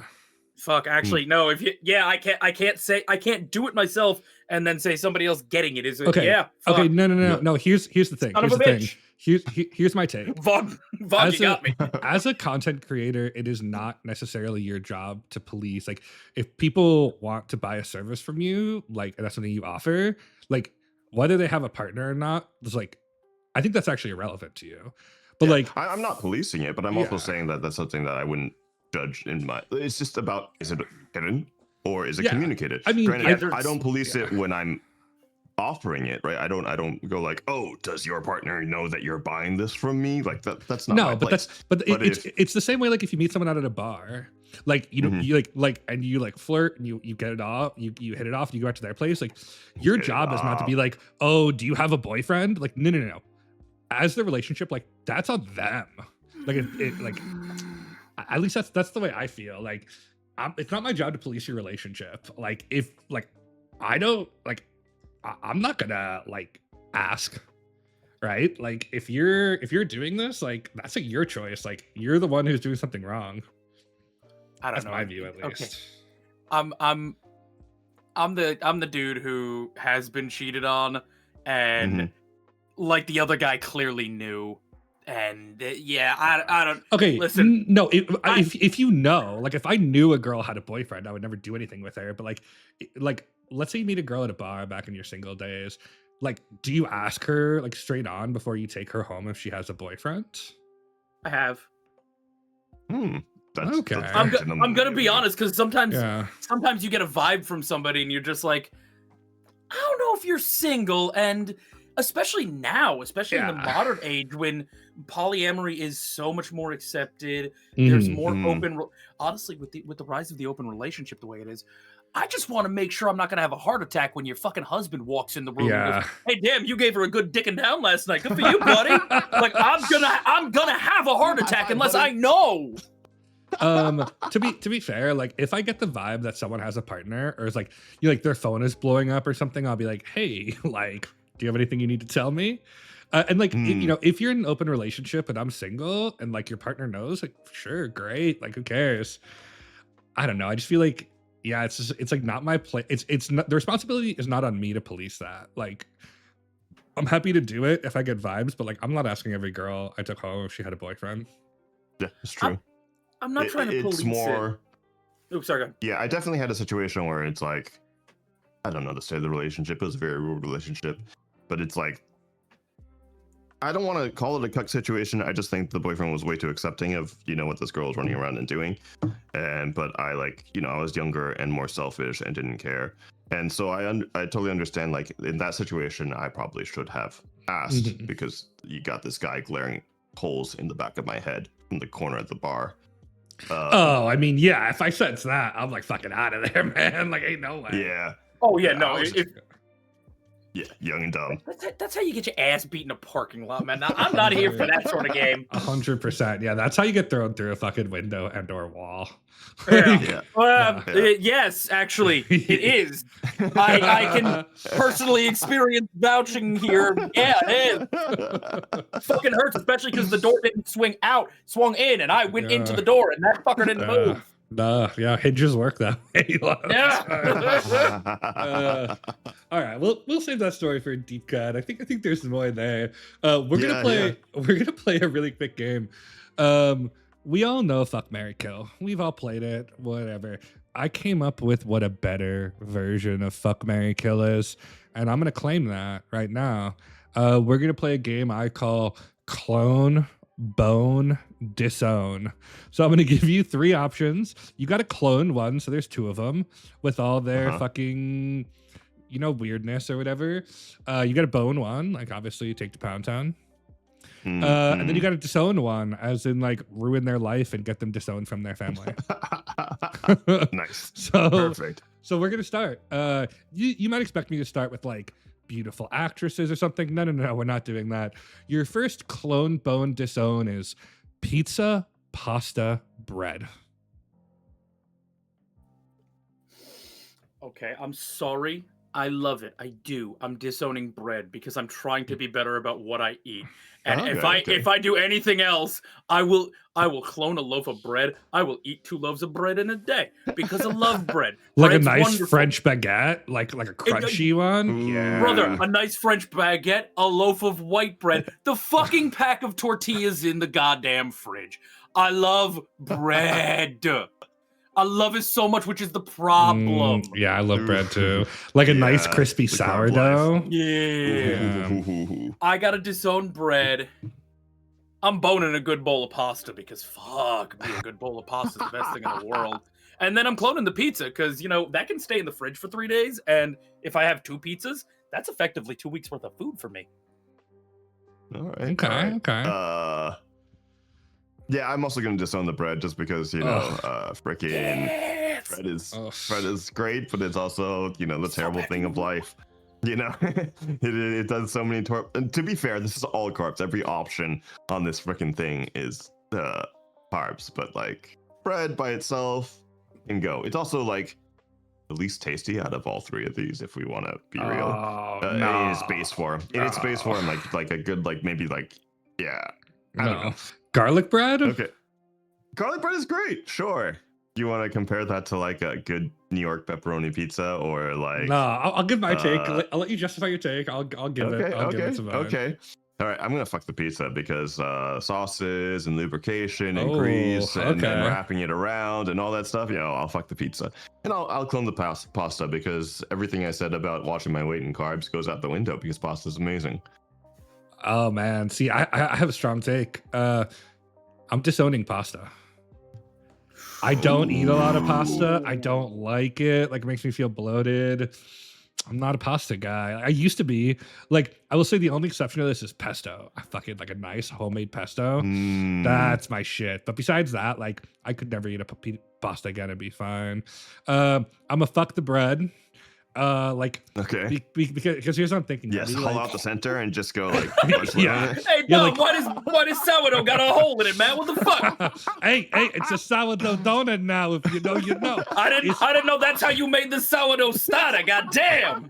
Oh, well, it has to get a little funky in the starter, you know. No, and here's why. Like, my girl has gotten me really into soup, and for me, like on a side to a soup, like a nice crispy baguette, man. Oh yeah, it hits diffy. Alright. I'm sorry, it hits diffy. And then Okay. I'm a clone pizza because it's fucking pizza, man. Like, Yeah. it's so good. Like, I will say though, I'm a basic bitch. Like, pepperoni or cheese, I don't need fancy toppings. No, that doesn't Yeah, make you yeah, basic. pepperoni That cheese makes great. you a gentleman of class. Like, there's nothing Hell wrong with yeah. that. I feel like if you got a good like New York style slice, like you don't need to do anything Ooh. else to it. Mm-mm. Like Mm-mm-mm. cheese or pepperoni, I don't like some other things are good. Like I like black olives, I like onions, but it's like you don't put a new paint job on a Mercedes. Like, you let that shit just, or like a Lamborghini, like just let it be, let it shine through with quality. True. Sal, you disowning pizza is crazy, and Mods, I think we need to kick her. Please time her out. That's a crazy take, and it's not welcome here. Not welcome here. All right. Clone, bone, disown. Witcher 3 characters, specifically the game. Geralt of Rivia, Yennefer, or Triss. Clone, bone, disown, baby. Oh. Easy Oh. fucking money. All right, go ahead. Clone, bone, disown. We're cloning Geralt because Oh, okay. when everything bad happens, now I have two Geralts. Come on, please. Yeah. Let's And, fucking roll. and one can use a silver sword and one can use a steel sword. It's perfect. Yeah, I'm set. I'm gonna sit back and watch the show with some popcorn. Fuck it. We're cloning Geralt. All right. My this is gonna be controversial as fuck. So just you all can Oh, come wow. for me in the quote Okay, retweets. okay. I don't care. I'm disowning Yennefer. I agree. Whoa. I agree. I'm disowning the 100%. Yennefer all day. Whoa. I agree. She's Alright, not. alright. She's toxic as fuck. Like deep down, the Okay. relationship is toxic. Exactly. She will fucking throw me to the wolves if she needs Yeah. to. Nah, I'm out. She is the Disown most her? toxic hot girl in any Yeah. video game ever. I'm going with it. Like, great. Yeah. We had a night where we got to do it on top of a stuffed unicorn. That's awesome. Now all my shit's on fire. Yeah. Fuck? Yeah. And No? she's maybe trying to sell your soul to the wild hunt. Yeah. Like, Yeah. Mm. and then- murder your adopted daughter on the way. And then alongside that, we have this feisty fucking redhead who's Yeah. down to fight Mm. for the cause, who's fucking big wife energy. Preach. When we're finally done, I don't have to worry about. We can go retire to our villa Yeah. in fucking Witcher, Yeah. Italy, and drink wine, have sex Yep. under the trees, and Yep. no, bone, Yeah. bone, marry, have a no. I can't have kids. I'm a Witcher, but bone, marry, and No, but- spend the rest of my life with. But Are you you a Witcher you in can this have situation? an adopt. Well, I don't know. It's all fantasy. But you can have your adopted daughter, and you know Triss would be a great mother. I'm Oh, God, 100% Triss with is next you. to mom, yeah. That was Yeah. that was the most on point take I've ever heard. No comments. No comments from me. I slowed down certain parts of those games when they came up. I'm not even ashamed to admit it. Triss Marigold. Yeah, Mm. 100%. Fucking Yeah. show did you so dirty, my love. Yeah, I'm that's so so dirty. dirty. I feel like I had more impression from the show as of recent. Of course, obviously, Witcher 3 was just so far ago because Chris was just a nobody in the freaking show for the most part. It was all about Yennefer. Yeah, but in the and in the propping up Yennefer. lore, in the actual lore, like if you read the books, like Triss is actually very important. Yeah. Yeah, she's huge, and in the game as well. It's like obviously it's about picking either. Fog likes the Toxicas, huh? You gonna You put know, Yen I up have there, a man? history of toxic relationships, and It's okay, man. This is a safe space, I promise. Yeah. I don't know how safe it is. I feel like I'm gonna get judged immediately. But we get the appeal of the gothy mean yen. Like we've all been there, right? You know. Yeah. I was actually thinking of like, obviously Geralt is amazing, but at the same time, it's like, who are we in this situation? Can we stand our own, or are we just like Timbuktu Tim, who's gonna die immediately when a monster shows up? But even if we like keep Yennefer and Triss, they're both extremely powerful. Like, Yeah, they are. Both would protect you as well. So it's like, it's almost like I could see Triss, Bone Yennefer, and maybe disown Geralt. Geralt's gonna run off anyway, no matter what you do. I could, I could see this take. Like a night with Yen feels like it's gonna be transcendental, and then you have 2 Trisses. Yeah, but So, yeah, that just means there are 2. You don't necessarily have her. You've just cloned her. That's all you've that's done. true. But if you clone Geralt, he's gonna run like literally what we know. I guess we don't really know, but what we know about Witcher 4 is that he's missing and we're looking for him. It feels like Ciri and Geralt have just a habit of running away from each other. They're just playing true. fucking hide and seek over the ages. Yeah, but also like if you clone 2 Geralts, like he'll stop in occasionally, like once every 10 years. Yeah. True Disneyland dad. Yeah, but he'll just get hotter every time, and he lives for like 1,000 years. So Oh, true. yeah, he's just gonna get like slightly more silver foxy with a couple more scars each time. Yeah. All right. I think those are all valid takes. But I'm with Nomad. Clone, bone, disown, couch, bed, office chair. Ooh. We're not making political jokes. We're not making political jokes. I'll go first. I'm disowning the Okay. couch. I'm not a couch guy. I don't vibe on couches. I'm bone in my bed. I'm making sweet love to that bed. And then I'm cloning the office chair because it's just the other option. I'm with you to a point. If I clone the office chair, is it the office chair as it is now, or do I get the office chair when it was brand new? I think when it was brand new.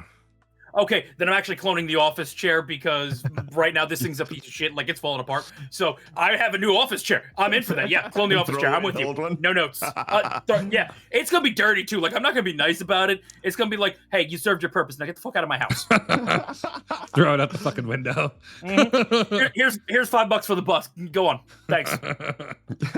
Yeah, currently actually the same thing, because I actually don't have a couch right now, at least in my immediate living space, because I moved into quite a small place and there just isn't space for a couch, and I live perfectly fine with an office chair and a bed. Yeah. So I'll take the same take as you all.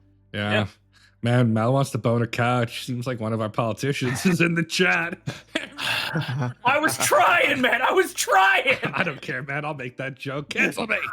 Cancel me. That ain't cancelable. That's just fucking true. I'm just going to say, if one of my friends fucked a couch, I would just mercilessly make fun of them forever about it. But you know what? It'd be in like a friendly way. But if a politician does it, I'm going to think it's hilarious. And Listen, honestly, I'm probably never going to let you live it down. Like, all right, this one I specifically put in there for you, man. Specifically put in there for you. Clone, bone, disown, the mummy trio. Rick, Evelyn, Imhotep. Okay, here's the thing. Easy money. Imhotep is just getting disowned. From the 1999 The Money movie, to be very clear. Yeah. Imhotep is just getting disowned. Like, actor was wonderful, did the role perfect justice. However, it's Imhotep. And one, I know you're not going to want to be with me anyway. You're thinking of an Moon, and, respect. I love that love through the ages, even if it's super fucking toxic for everybody else around you shit. But, you do you. Yeah, but also like semi-god, like hundreds and thousands of years of experience, like... Yeah, and then that's true. You've got a fucking hot British librarian. Yeah. Like she comes with the glasses and the skirt and everything. Yeah. Bone, never stop. Buy her a ring. Fucking. You want kids? Fine, great. Whatever you want, just don't ever leave my side. Yeah. And then I'm cloning Rick because I adore him, and while he is literally one of the reasons I'm bisexual, simultaneously Evelyn. Yeah. Evelyn is there, and I'm I- sorry, brother. Two of you fighting Imhotep, great. I don't even have to worry. You go do you. I'm gonna stay in with Evelyn. Great, thank you. Yeah, I wish I could clone and bone Evelyn and then just Mm. disown the other two, but I'm with you, Mm. man. Evelyn is like, oh, like what a sexual awakening movie. Okay, Please. can I do a temporary clone just for like a few seconds? Okay. Sure, yeah. Because sure. for a few seconds, I would clone Imhotep just for the scene where he comes in from off camera and goes, "No!" after the Scorpion King gets stabbed, because that's like the most iconic, like awkward fucking shot when he runs in and screams after So it's a rough moment, yeah. Scorpion King gets shot. Just having two of them, no! to be his arms. Yes. That's all I want him cloned for, and then he can go back to dying. Respect. Fucking respect. I guess for that case, I would disown Rick and then bone Evelyn. But Yeah. Man, you did Rick dirty, but for the memes, I'm gonna let it stand. I appreciate the vibe, yeah, but damn. All right. Last two. Clone, bone, disown, beach, mountain, forest. ooh, Bone in the mountain. Easy money, bone in that mountain. Well, I mean, it's peaky already, vaguely sexual. I'm here for it. Clone in the forest, because now we have two forests, which means better oxygen quality and more places for me to explore in that all day. I sunburn like a motherfucker. My skin tone is paper white. It's fucking I look like printer paper. Nah, the beach is lovely, but I'm disowning that bitch because I don't have enough sunscreen in my life. Okay, valid take. like sand. No! It gets everywhere. No! Not like you. You're smooth. For that, like I like hanging at the beach. I do. I like the ocean stuff, but it's like, yeah, the sand getting everywhere. Like it's a pain. Yeah, I'll disown the beach. I will bone the forest and clone the mountains. Just because I love a lot of things that come with the forest. Like I love a lot of lake stuff. I love a lot of like, just like cabin stuff. Yeah, I think that would be the case for me. I would clone the forest. I would bone the beach. It's already wet. And I would disown the mountains. That's salt water though. Ugh. Yeah. It's okay. It's, it's better than chlorine. That's true. I just like, for me, I think because you're growing up in the cold, like I've slowly moved to warmer climates until this move. So like the beach is just like a vacation place for me. Like it's sexy, it's fun. Like it'd be a good time. I feel it. Yeah. Okay. Last one. This might be the hardest one. Clone, bone, disown as a free time activity. Sleeping, gaming, adventuring.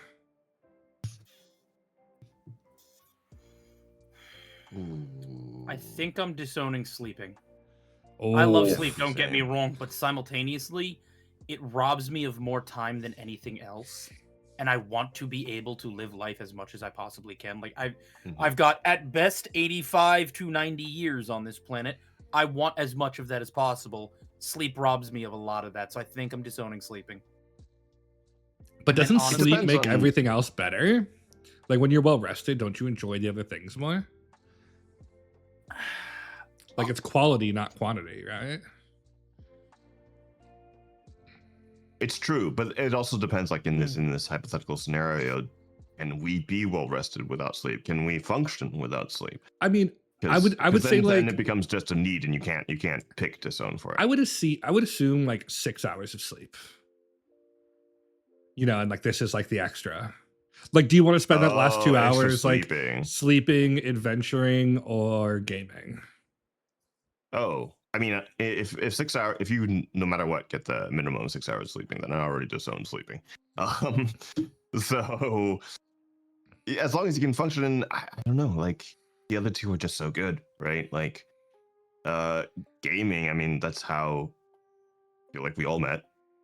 You know what I mean? Yeah. So, like, there's a lot of connections that you would just not have because of gaming. So it's like, if anything, that's worth owning. But adventuring is like, seeing the rest of the world, seeing what you don't know, seeing like there's so much mystery that you can read about or whatever, but if you won't really know until you go out to experience, right? I mean, specifically for you who have visited how many countries, right? Same thing, Yeah. like that's like your life is truly enriched. So I would fucking bone adventuring. Mm, That's the only thing I think I would clone my adventuring because I want to do more of it. yeah. Yeah, I would. I think yeah, traveling is my passion. I would clone my adventuring, I'd bone my Yeah. gaming, and I'd disown my sleep. Mm. Although, honestly, like, ideally, you get all three. But, like, if you have to decide one, it's sleep. Yeah. Like, I love gaming, don't get me wrong, but I'm boning gaming because it's fun, but there's so much of this world that I don't get to see enough of, and I want to. Yeah. Yeah. I think, sleep. Who needs it, right? Like, give me more time to do Gotta things I go. love. Gotta go. All right. Well, thank you guys for playing those games with us. Do we need a break or do we want to jump straight into deep dive? What do you guys think? I'm okay. I'm done for a little break. Small break. Okay. Okay, cool. Yeah, I wouldn't mind bathrooming. We'll try to do like a 2 to 3 minute break, and then we'll come back. We'll deep dive, talking about masculinity and our thoughts on it. And I know, chat, we're running a bit over because I didn't have a nomad, but we're trying to push out great content for you. So we're gonna stay a bit late today. And What are you talking about? We had nomad the whole time. Yeah, that's true. Oh, that's so true, bro. Oh, you're right. Yeah. He was It's just a werewolf. Yeah. Werewolves are all the same, right? Whoa! Oh, wow! Vog just lost 1,000 followers. Wow. Like, that's how Vog gets canceled. Didn't know it stood for very overly Guessing? giant bigot. Oh, there Wow. you go. Yeah. Wow. Okay. All werewolves are the same, says Vog. Somebody clip it, post it on his socials. Fucking put that shit up on twitter.com. Yeah. What I meant was, just, Just, we were doing it for the vibes. Wait, I'm sending it to my friend. I'm sending it to my friend in the furry community. It's gonna be everywhere in 20 minutes. Listen. If you listen, and I said this to you both, but I will always say this publicly: if ever you need a man to fill me in, I mean, stuff in for me. I mean, Yeah. put his meat where I am. Date is the perfect option. Yeah, Nice, replace your nice. meat with his. Okay. Yeah, It's a good to know. valid replacement. Yeah. It's good meat. If you ever need to replace me, I prefer to be replaced by Morgan Freeman. Just FYI. Like, for the vibes. I think we're very Give me similar. James Earl Jones. Yeah. Ever since I could remember, people love the sound of my voice. All right. We're gonna go to break. We'll be back in 2 or 3 minutes, guys. Bye-bye. Right. You're back.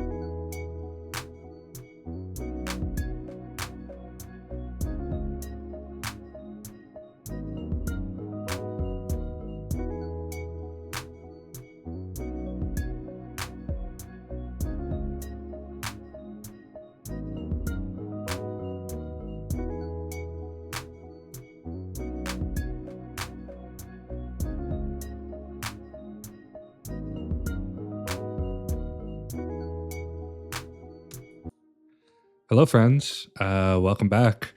We now head to the second part of our show, The Deep Cut. One topic, no bullshit. The kind of conversation that usually only happens late at night with good friends and maybe a stiff drink or two. We're here to talk honestly about some pretty heavy topics. And if you disagree with our takes, that's fine. Stay with us as we share our thoughts, debate, and maybe, just maybe, dole out a nugget or two of wisdom. I am going to throw a bit of a trigger warning in here. We're talking about masculinity today. We're talking about traditional masculinity and modern masculinity. I would say two things. One, like when we talk about masculinity, we're talking about it sort of broadly, and masculinity does not necessarily mean maleness. Or bringing in topics of gender. Just want to be very sensitive to that. Masculinity is more of a historical concept or an idea. Second of all, it's very difficult to talk about masculinity without talking about femininity and feminism.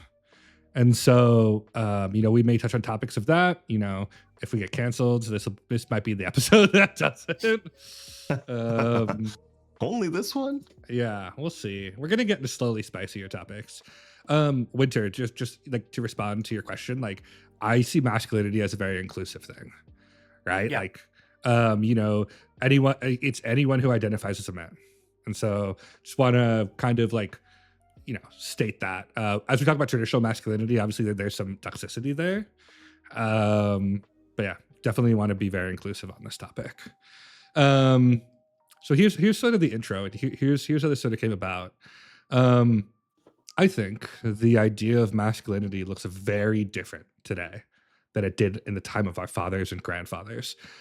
A lot of forces have reshaped the modern man, from shifting gender dynamics to technological change to a more connected world offering competing ideas of what it means to be a man. Previous generations had perhaps a clearer map. They could look at the men before them and follow a very similar path. I don't think we have that same clarity as men. So how does the modern man navigate a landscape of changing expectations and competing demands? So that's kind of how I want to frame that discussion. Before we start, do you guys have any like commentary, anything you think you want or need to clarify to chat? I remember when you first brought up like this topic, I was like a little bit nervous because I've never really thought, to be honest, my mindset has never really thought about the world as masculine versus femininity in terms of how I act, what I do, what is normal, how I've been raised. It's all been kind of shaped by my environment. And so actually like categorizing it with what has been happening is interesting thing to really dive into and to look into.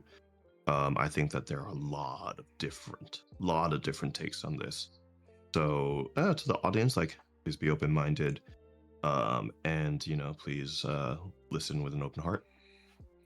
And I kind of agree with what Vogue said, but more to the point, I don't actually think masculinity is gender specific. I mean, maybe even the term masculinity is outdated because what, at least to me, masculinity represents, anybody can take on those traits. Anybody can take on those roles and those positions.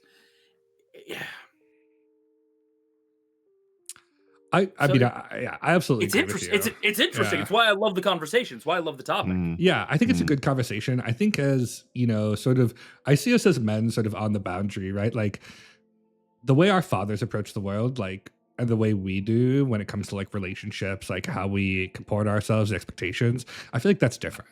But I agree with you, like with changing gender dynamics, maybe the term masculinity is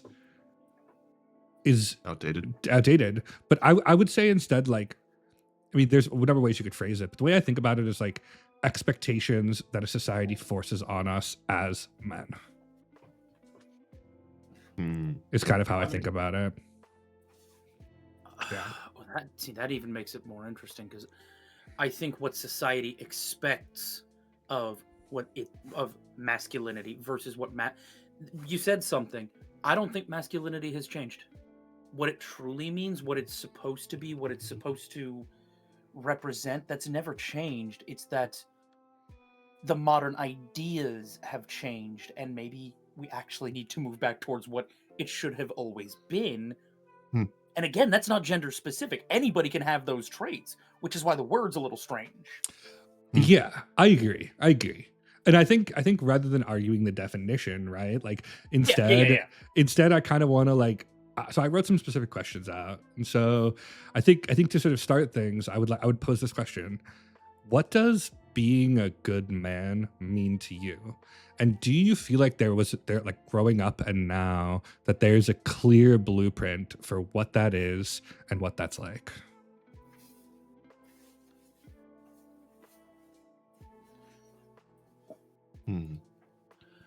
So definitely growing up, I think that you know, I was spoken on the last episode about how like kind of conservative like my father is, in or traditionalist is the best word to use. And so I grew up in a very like, you know, one provider, one caregiver kind of household, in a very like kind of rigid, culturally different from what we'd see in modern America.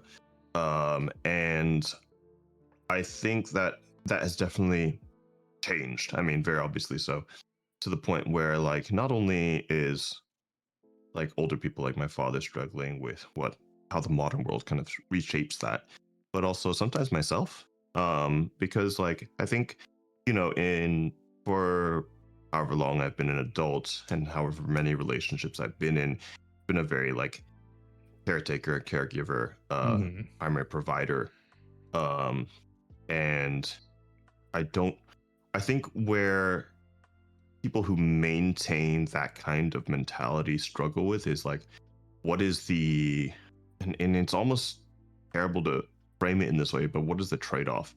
What is expected on the other side for doing that? Because before, in a traditional mindset, it was like, okay, I go make the money, so you go home, like you stay home and take care of the kids.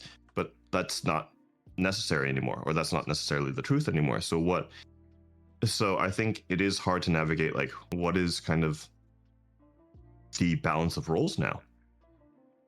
Yeah. Are there balance of roles? Something near and dear to my heart to talk about. Yeah, it's one of the questions we'll get to later, but like,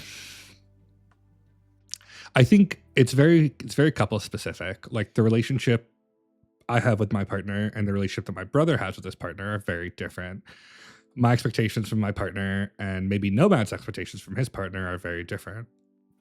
I think we're all sort of we take maybe it seems like maybe we take more of a traditional masculine role in the relationship, like the provider, the protector. I think I know for me that's true. I know for Vogue that's true. Nomad, I've always kind of gotten that vibe from you. Although I think, I don't have that much insight into your relationship. That's just kind of the vibe I got. It's a very fair comment. I don't think we necessarily set out to be very traditional in our relationship, but there are just certain things that I take on because I look at it as, no, but that's my job. Like I'm not making you go out and shovel the snow. I'm not gonna make you go out and do this. I take out the garbage and things like that because that's just I was raised. You do that. Yeah, 100%. I was the same way. It was like like my dad did the outdoor chores, my mom did the indoor chores, and to some extent I still follow that, but like I do find myself a little bit like, I think gender roles have changed, right? Like women go out, they work, like feminism has given them the opportunity to do that, and like honestly I think to some extent to drive and do that is now like a reasonable option for them, and maybe even an expectation, like before kids are in the picture. Yeah. And so it kind of then like, if the traditional gender role of man was the provider, then like they don't need us for that anymore. And one of the follow-up questions is like, I think standards of what it means to be a partner have risen. I think that's a good thing, right? I think yeah, I think men for a long time were kind of resting on their laurels while women did like the lion's share of the emotional and house labor. But also the like mental load as well. Yeah, like it's hard to work and do chores at the same time, man. Like, I don't It is. know. Yeah. I listen. I would love to make the kind of money where I could look at Eris and go, no, no, no. You stay home. You handle the house. I'll go out. I'll work. I'll do the thing, Mm, and we can. But that is not feasible in the modern age for a lot of people. So yeah, we both have 9 to 5 jobs, and then we both do this on the side. Yeah. It's like you come mhm. home, like who cooks, who does the dishes, like how do you separate out that labor? Is it fair? Like from my view, if we both work like equally difficult jobs, like as far as a time and effort investment perspective, like you split the home chores 50-50, like however Yeah. is best for you. It's true. It's true. I mean, for Eris is actually right. And God, this is gonna sound stereotypical, but Eris is actually right now in the kitchen. I think she's making deviled eggs, kind of thing. But Ooh, Oh damn. Okay, fancy. sure. But we split chores. We both do laundry. We both clean things when they need to get cleaned. I think the only thing that I take on still as a chore is I build the furniture, but that's because I like to build the Mm. furniture too. Mm. Like It's she'd fun. do it if she had to. I actually enjoy building IKEA furniture. I'm very weird. Yeah, That building is furniture great. great. Crazy, bro. I like building furniture, Wait, but not you that don't like fucking that? IKEA shit, man. Ain't no way. I just like to build things. Period. Full stop. Anything I can build, I like to build. Yeah, I mean, you got your own sound bills, the sound Yeah. booth that you built too. Yeah, that's crazy. Honestly, super impressive. I guess Yeah. do you feel like there's like a clear blueprint of how to do it? And I think I'm gonna specifically say this like not in relation to yourself, but like when you're with a partner and have to split, chores or tasks or emotional labor. Do you feel like there's a clear blueprint to do that in modern society? Is it something you got to sort of fucking figure out? There is a little I bit don't of think that. figuring it out. I make no qualms about that, but you keep putting it in the terms of a relationship, and proper masculinity, as I would see it, or being a good man has absolutely nothing to do if you're in a relationship or not. Hmm. It's I how you know. approach the world on an everyday basis. I absolutely agree with you. I think what I'm trying to get here is like more of a gender dynamics question. And so you have to have a foil, right? Like let's take our relationship like you're stuck with someone who identifies as female on a desert island, right? Deserted island, right? Like like maybe it's a stranger. Let's say it's a stranger you hate, right? Like Oh, how do you split up the chores? Like that's oh man, it looks like you don't have clean water. Sucks to be you, doesn't it? Yeah, Nomad's like over here with his like water purifying strong sucks the sun, Oh, it bitch. You look real thirsty over there, baby. I'm sorry. Yeah, I think what I'm trying to get at and like the root of the problem, like we can take out the gender dynamics of it. Like, was it very clear to you growing up? Like, obviously, like watching maybe your parents have like a more traditional relationship, or like your father have a more traditional approach to the world, while you had to. Like, I think the expectations for us as modern men is different. I think the modern definition or the modern expectation has become different. Mhm. But if you ask me what masculinity is and what it means to be a good man, though the core tenets of those haven't, because it's some of the most basic things you can do as be a protector. You don't have to have a relationship to be a protector. Just It's true. always stand up for the people who need you to stand up for them. Mhm. If you see somebody in trouble, don't just sit on the sidelines doing nothing with your hands in your pockets going, "Oh man, like okay, your desert island idea. I may Mhm. hate you. I may think you are the biggest piece of shit in the world. You put weird toppings on your pizza. Yeah. You talk at the movie theater and all that. But if we're on a desert island together, unless you physically start trying to kill me because you've gone full Donner Party, I'm gonna do everything in my power to keep you alive. Yeah, I'm because not gonna let you it's die. the right thing Hmm. to do. Yeah. I would Yeah. agree. I think like I think you could even to some extent take out like masculinity from it, like the tenets of being a good person, right? Like, do you help those with less privilege or those who are weaker than you? Like, do you try to go out of your way to improve the lives of the people around you? Are you honest? Do you have integrity? Are you someone who does what you say you're gonna do? I think those are very general, right? Like we all Mhm. need to be good people. Yeah. Yeah. But that's why I go to. I don't think that masculinity is a. You don't have to necessarily identify as anybody can be masculine. It's a set of core tenets, and maybe it's just the fact that we use the word masculinity for it. Yeah. I That's would true. agree. You don't have to be a man. I think that's I think there's absolutely still, true. well, there are still aspects of quote unquote masculinity that are still considered like more masculine there is feminine, and I understand that it is quote unquote like it is outdated, right? Especially in the modern world, and especially in the fact that you don't have to be gendered in either way to have these traits, but like being like the protector, being the provider are things that like are generally considered more masculine, and therefore I think like it is still something that's kind of like been programmed in us. And I think that's the more difficult thing to like Mhm. navigate how we change that and how we change how we act around others, because you want to be a good partner, you want to be a good person, you want to be someone who doesn't like look down on others for wanting to do something. You want to be uh you want to be welcoming uh and understandable, but it's really hard to navigate, I feel, because like things are always changing. What we Yeah. see as masculine or feminine is always changing, Yeah. and I think that's the really hard thing to navigate. And I think a lot of it is like put on us by society, right? Like, let me give you an Oh, yeah. example. Like, my partner is a black belt in Taekwondo. Like, she is unarguably a better fighter than me.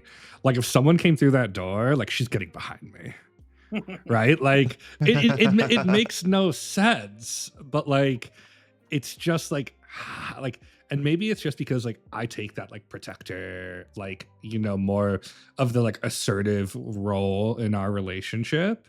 But like it'd be the same if it was someone else, right? Like, I'm gonna be like in the front. Like that's where I feel like I need to be. That's just who I Hmm. am. And maybe it's just because society put that expectation on me. But like that's expectation I hold in myself. And Yeah, I don't know yeah. if that's necessarily masculine, but I think like if you gathered up 100 people and we're like there's a man and a woman in a room, like someone's trying to break in the door, like who should be in front, they're almost all gonna agree it should be the man. And so That's I true. think I think there are expectations like society puts on us as men. And I think the question I'm posing is like, are some of those outdated? Like, or like why have we held on to some of them anyway? Like, is it because the man is stronger? Like, am I stronger than my partner? Absolutely. Am I a better fighter? Fuck no. Like, there's no way. um let me move on maybe to something more specific and near and dear to my heart. So I have an older brother, and he's married with 2 young kids. Um, his wife does not work. She is a full-time stay-at-home mom. Um, I have never like the way my brother spends time and like gives time outside of his job to his children is something very different than my father did. Like, my father would come home from work, mom would cook, like he'd sit on Mhm. the couch and watch his stories or the news or whatever, and then he would go to bed. Like, we were really raised by my mother, which kind of makes sense, right? Because she's a stay-at-home mom, she's the primary child care. Like, my brother gets home from work, like his wife hands the kids off to him and fucking disappears. And so I think I want to pose this. Like, do we agree as modern men that we're being asked to be better than the men who came before us, to do more? Are we being held to a higher standard? And if so, what do you think about that? Yes, and it's a good thing because over the last, I would argue, probably 100 years is probably my good benchmark for. We've started to learn a lot more about the human psyche and mental illness and things that make humans humans. And as we've learned this, we've had to come to the realization that a lot of what we considered, quote, traditionally masculine things are not actually traditionally masculine. Mhm. You don't have to go out and beat the shit out of somebody who disagrees with you.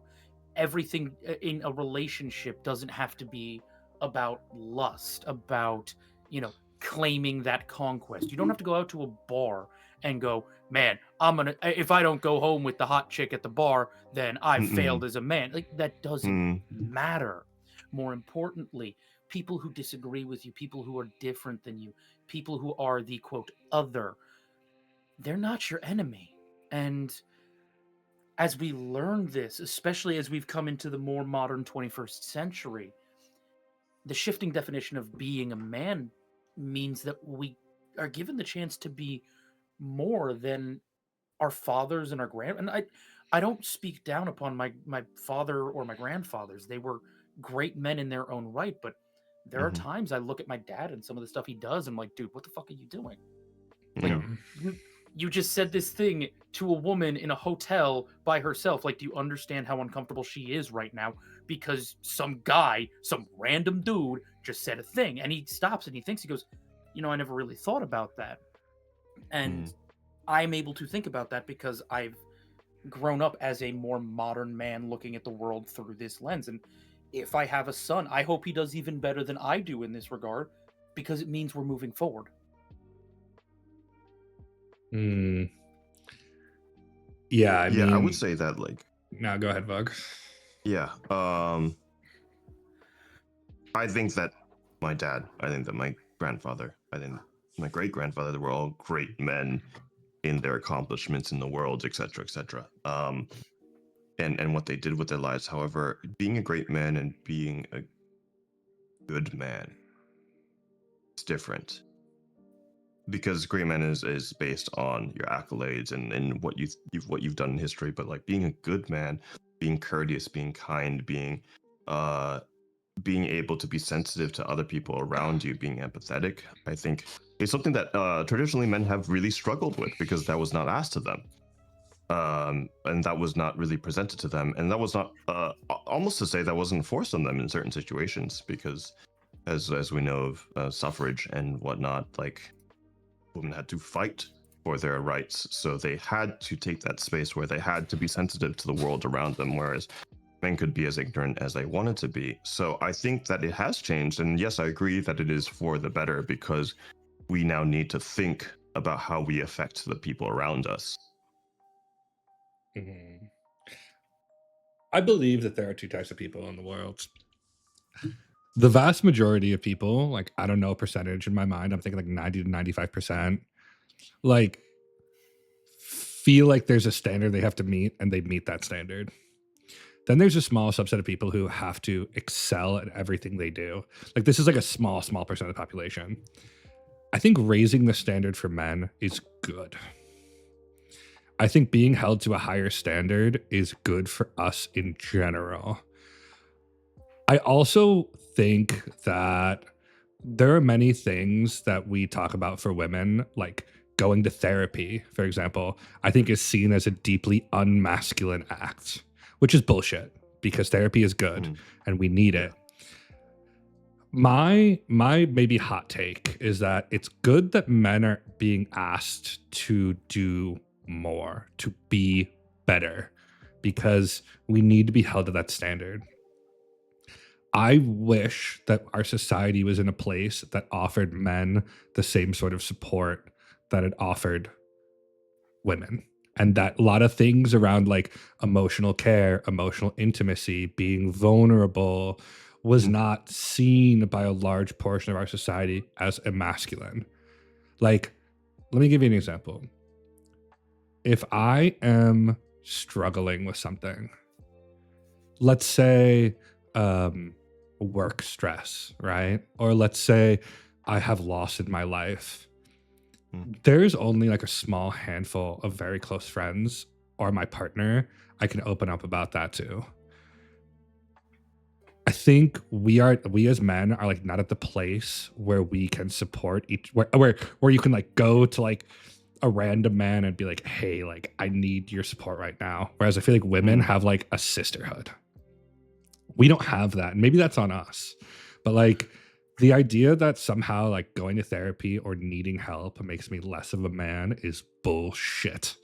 And if I'm going to be held to a high standard, which I think is how it should be, I also need to be able to get help when I need it. And things like male suicide rates are at an all-time high because I feel like we're not building those things for men. And that is that is terrible. Like we need to build those things for everybody, regardless of gender. If we're gonna go, and I'm okay doing it, but if we are gonna talk about this, no, you're 100% right. The systems of support that we offer to so many other groups do not exist for men, and when there will always be a deep anger in my heart that, like this year, when it was Men's Mental Health Month, and people were talking about the suicide rate among men, cisgendered heterosexual men, it is the highest among everybody.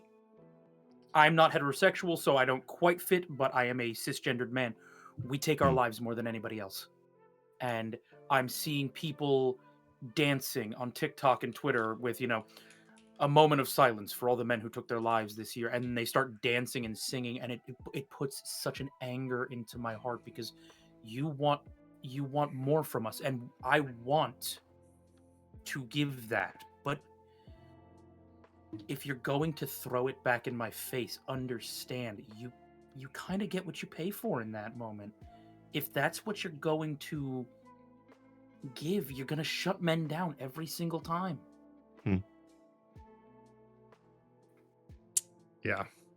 And yeah, I think well, if I don't know, and stop me at any moment, if you don't want me to tell this story, but there was a situation where you lost someone maybe half a year ago, and this is your chance to stop me. nah, you can go for it. Yeah, and I remember when you came out and told a bunch of our friends, you did it in a way that was kind of laissez-faire, and I told you this later. But because you did it in a way that was laissez-faire, because you didn't feel like comfortable enough to be vulnerable enough with us in that moment, everybody else took it in a way that was kind of laissez-faire.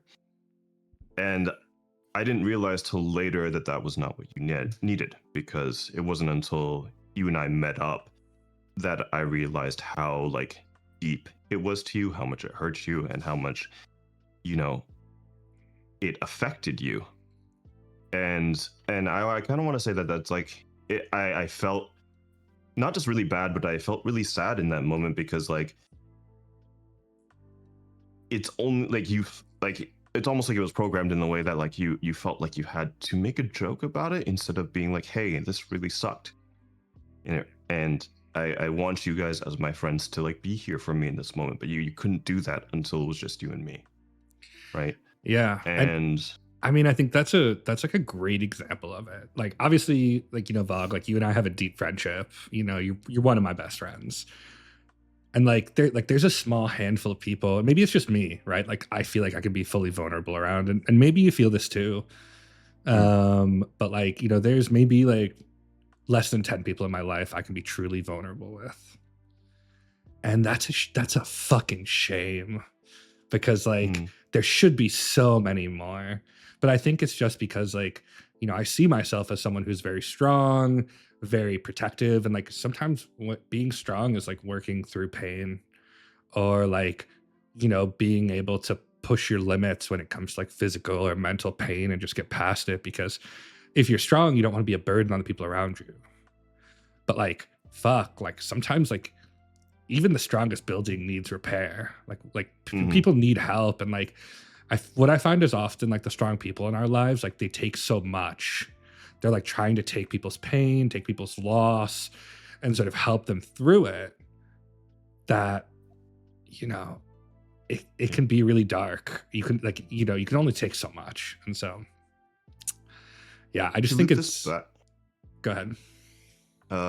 Loop this back to masculinity. I think the problem is that we're still in a transient stage where it's like we're we need to open up. We're expected more, and we should be expected of what's expected of us should be more. But we're still in a transient stage where we were raised to be manly, to not show emotion, to not cry.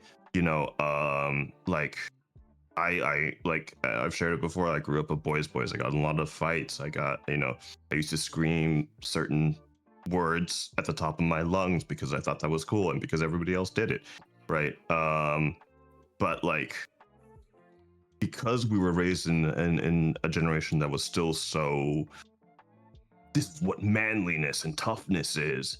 It's really hard to break that, even as in tune with our emotions as we are, because these systems aren't set in place yet, because things like Men's Mental Health Month aren't taken serious yet, because it's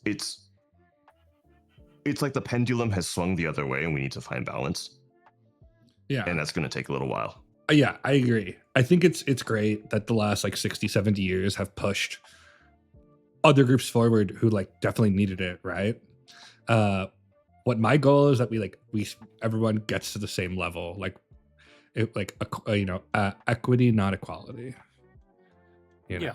Like, and like I think we're so blessed to live in an era where like, women, people of color, like people of diverse gender identity, people of diverse sexual orientation, like have a lot of resources.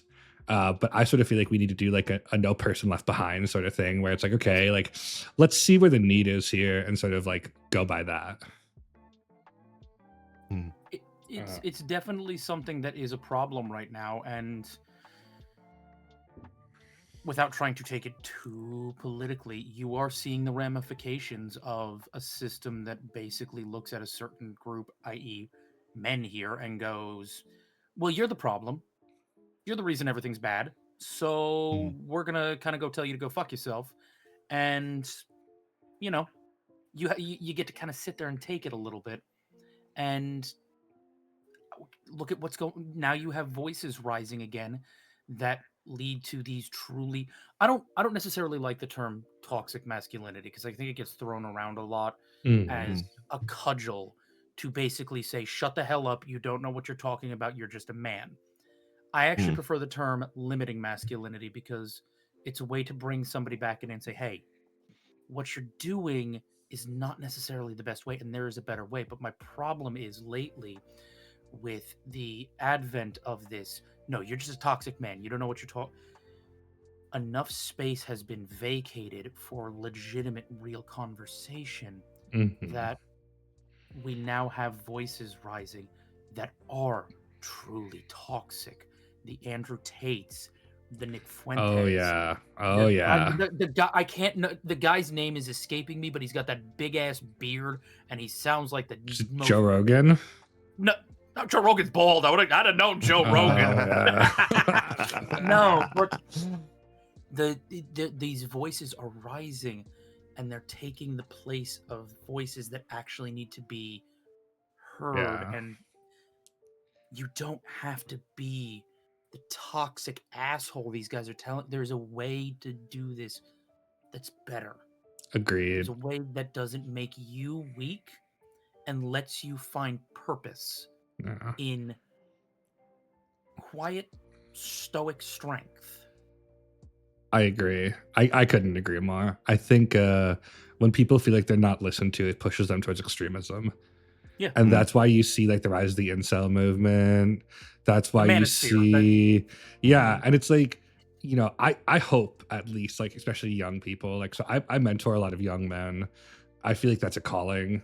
And it's like, hey, like, you can be like, there is a value to like quiet competency and like, there is a value to, like emotional intimacy and depth and like being able to have conversations with a man like that. And I think like to some extent, like as people who live in this transitory role who like maybe aren't quote unquote like traditionally masculine, I think it's sort of our job to be like a role model for the people who come past us. Like here's how we feel like being a man is in a fearless and way that has a lot of integrity. I don't know. Interesting. Let me. I feel like we could talk for forever about this, but let me. Yeah, we could. Let me sort of direct us on a little bit. So when we talk about traditional masculinity, I'll admit, like, there's some parts of traditional masculinity I hold to. And like it's something I've been looking at in myself, and maybe I just like have come to the conclusion that I'm a bit of a traditionalist in some things. Are there any parts of traditional masculinity you think have value now and you personally hold on to in your lives? All of them. Because traditional maybe that's the word I want to use instead of Yeah. traditional, but proper masculinity. Those tenets are not in any way toxic or evil or any. Be a provider. You don't have to necessarily provide for a partner. If you're single, you can provide for those around you, Yep, either true. with your time or with your finance. If you do not have the finance, you can still find a way to give your time. Be a protector. Do not stand idly by when people are being oppressed or abused or subjugated. Stand up, use your voice.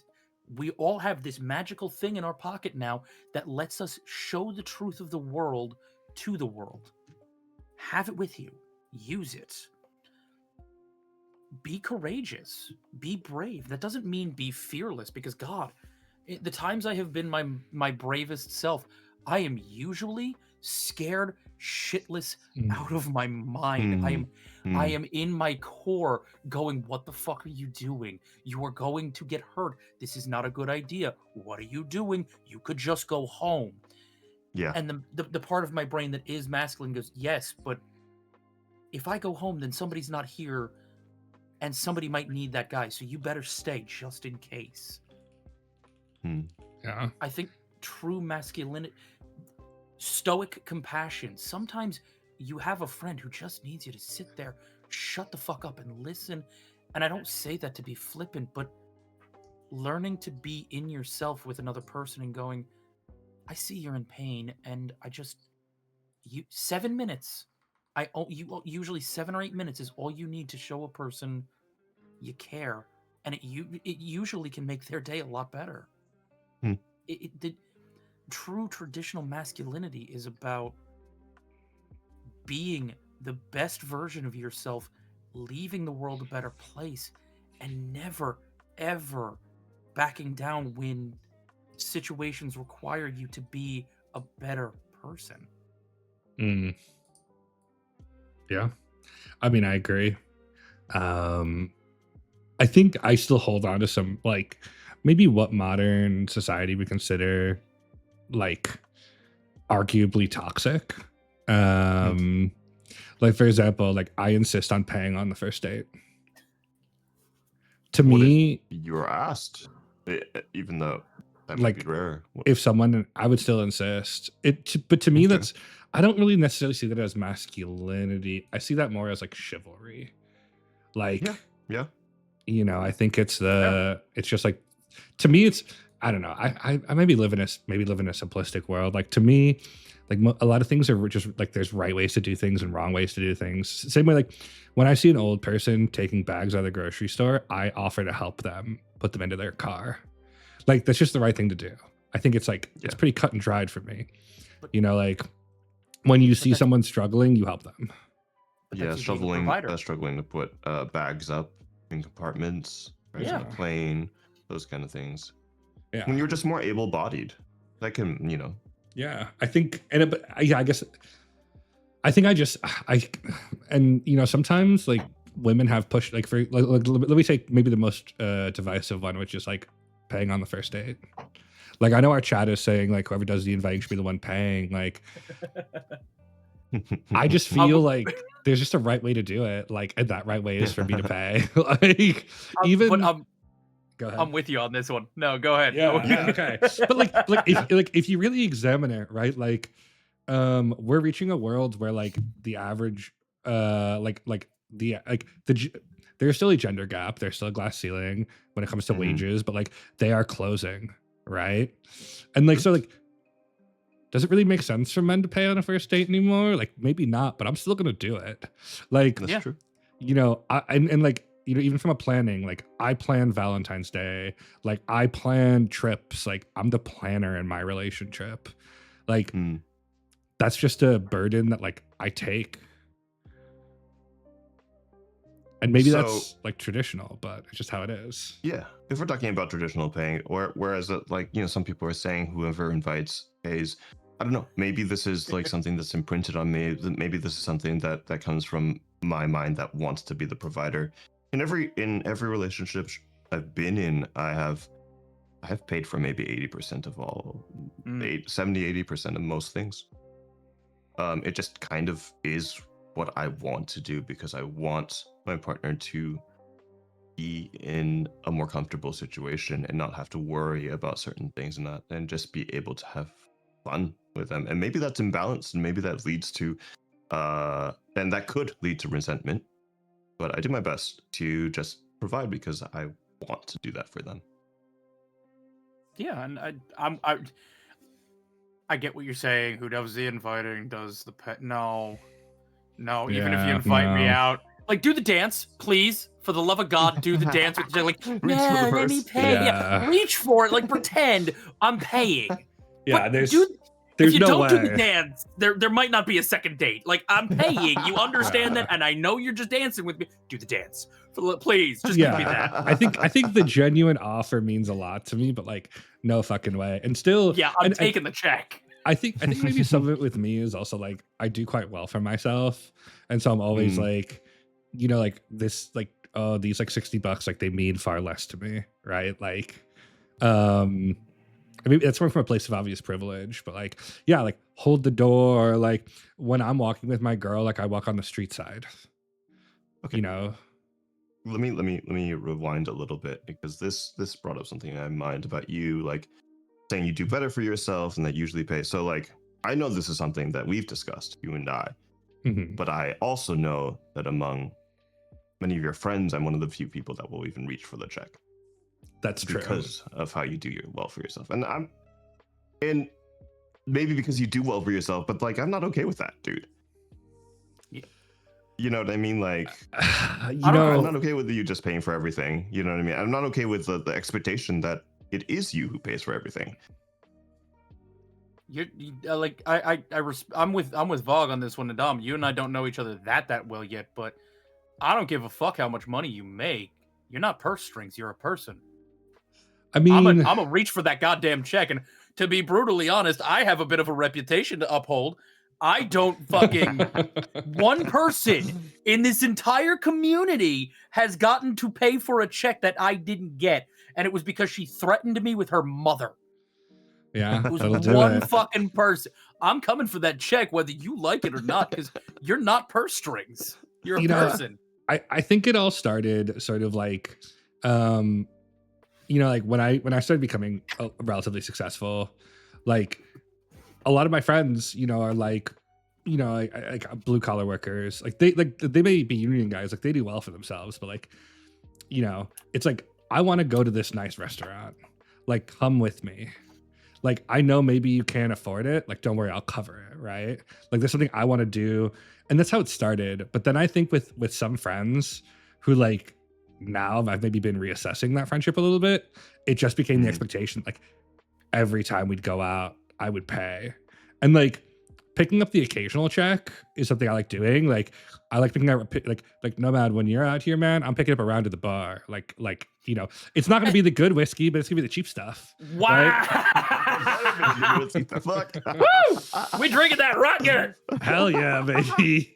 Oh gosh. But like I do occasionally like doing nice things for my friends, like, you know, like on their birthday I'll take them out to a nice dinner or something. I did feel, especially when I lived in LA, like because people wanted to live that really bougie lifestyle but probably couldn't afford it, and like I was their gateway into that. And so I think that's what it became. Like out here, like where I am now, like I'll occasionally pick up a check, but like mostly like I split it. Like I think that's my expectation now, because I was like, and I will say, like, even for how successful I am, like, man, like picking up a couple $100 checks like every week, like that adds up real quickly. Like Oh, yeah. I realized I was spending, like, you know, back in my LA days, I realized I was spending like $2,500 a month on food.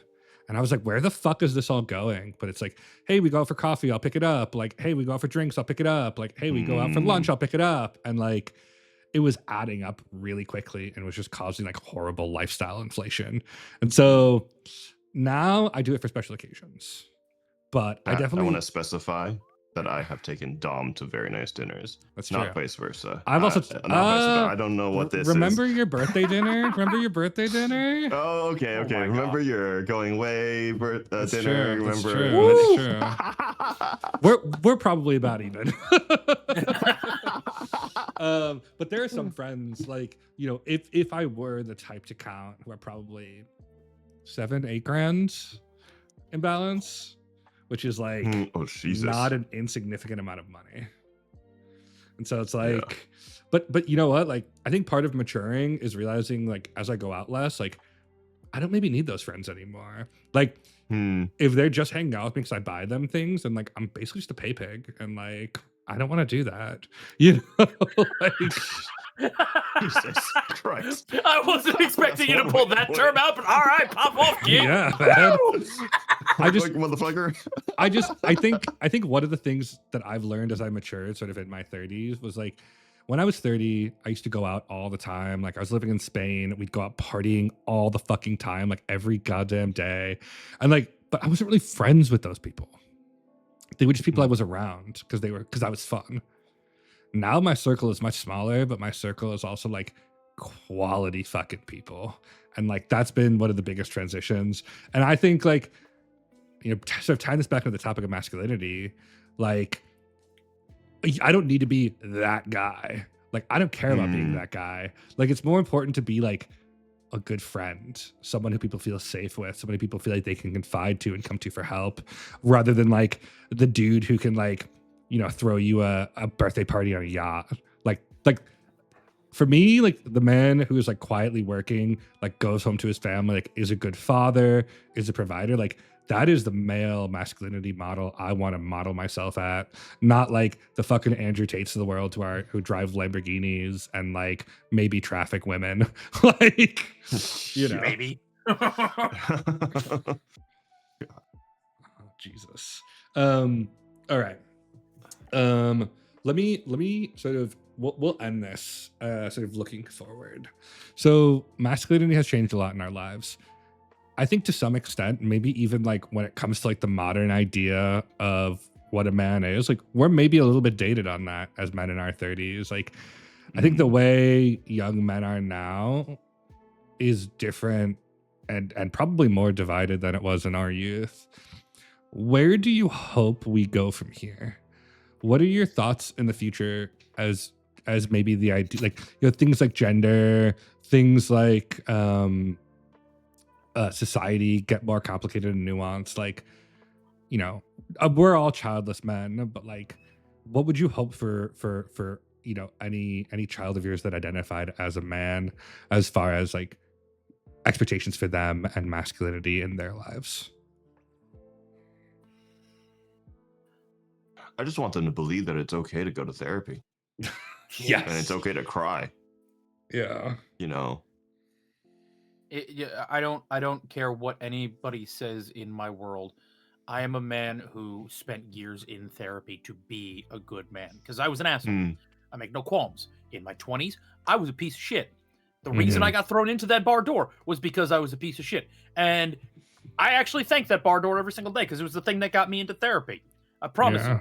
You never sober up faster than when you hit an oak door at Mach fucking Jesus, and you wake up about 30 seconds later realizing you've lost time. Suddenly you're magically sober and going, I need to make a change. Fuck.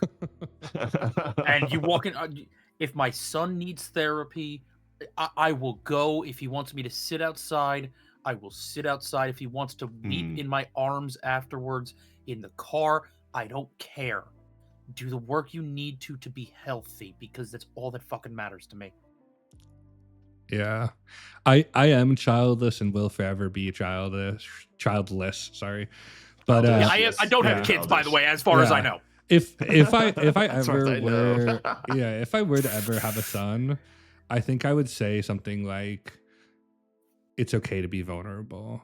Like you can, Mm. you know, I always remember something my father told me, and like my father and I have very deep conversations, but he told me, um, uh, we like it's a common trope that like men are like the oak and women are like the willow. I don't know if you guys have ever heard this, but like this is a common trope. Similar, yeah. Yeah, and basically like, the oak stands straight and strong, and the willow bends, right, like in the wind. And he always said, "Is true strength really always standing strong, or like when the windstorm comes, which one is still left in the end?" And so I think that kind of what that taught me is like we can learn a lot from the people around us who approach the world differently. And like if I ever had a son, I would be like, you know, yeah, like it's okay to cry, it's okay to be vulnerable, it's okay to not be okay. And you will never face judgment from me for coming to me for help, guidance. I may not always be able to help you, but like I'm always going to be there to listen. And I hope like it's you make friends and you have partners that give that same energy towards you. I think Go ahead. No. so. I have a story. When I reconnected with my family and we tried to play this game, and it's a really good game that people should play with their families if you want to really reconnect with them. It can be kind of gut wrenching. Parents Are Human card game that asks you the hard, like it just really digs into it. It does really well at digging into like traumas and just like figuring out things between them. But there was one question that was asked from one of the cards, and it said, "What if you had the chance? What would you tell your younger self?" And it's really hard for me because it's like it's almost the same question. The fact like if I had a kid, what I would tell him, but I can go to my past and be like and realize all the mistakes that I'd done, everything that how tough I wanted to be, how like respected I wanted to be, how successful I wanted to be. And the one thing that I really landed on is like if it goes back into the past to my child self, tell myself something, it would be you are enough. Because that's something we don't tell ourselves enough. That's something that we don't affirm ourselves enough. That's something that we don't affirm anything with enough. There's been so many situations, so many like men who have like broken down because they were told a nice thing, because they haven't had the chance to be, they haven't had anyone be nice to them growing up. They've had to walk around putting on a tough guy act all the time, always be defensive, always be on guard. And just, I think recently it's been scientifically proven that like men cannot relax until they're with someone physically, right? They have more chance of heart attacks because they're so used to like being on guard everywhere they are. And I think that's something that I would really love to be shared more as society moves forward. Just affirmation for young men who are struggling to find their place in the world, because it's confusing. It's hard. It's harder here for everybody these days. Like Jesus. That actually cuts deeper than I wanted it to. Fuck. Yeah. No, Jesus. because you're right. If I could go back and tell my youngest, and like I'm talking, just entering high school, it's gonna suck. I cannot take the pain that you're about to feel away, but don't let it change who you are.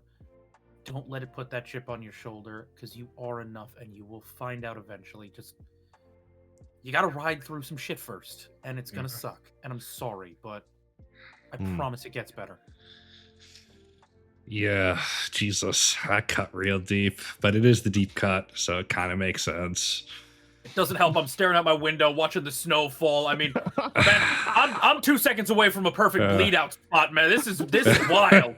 Arius is making deviled eggs in the kitchen, man. I've already finished a plate of them. I got one left. There were like 10 eggs. I love that for you, man. I don't think there's a better place to end it than that. No man's bleed out spot. Yeah. we got real deep here, ladies and gentlemen. thank you for sticking along with us. I know this was a long one. And God, we were all over the place from dick dryers to bleed out spots. I adore that man. Yeah. I fucking adore that man. We might have to bring him in for more of the early segments because that was a fucking roller coaster. What are you guys working on? Like, what's top of mind for you guys as we go into the next weeks before our next topic?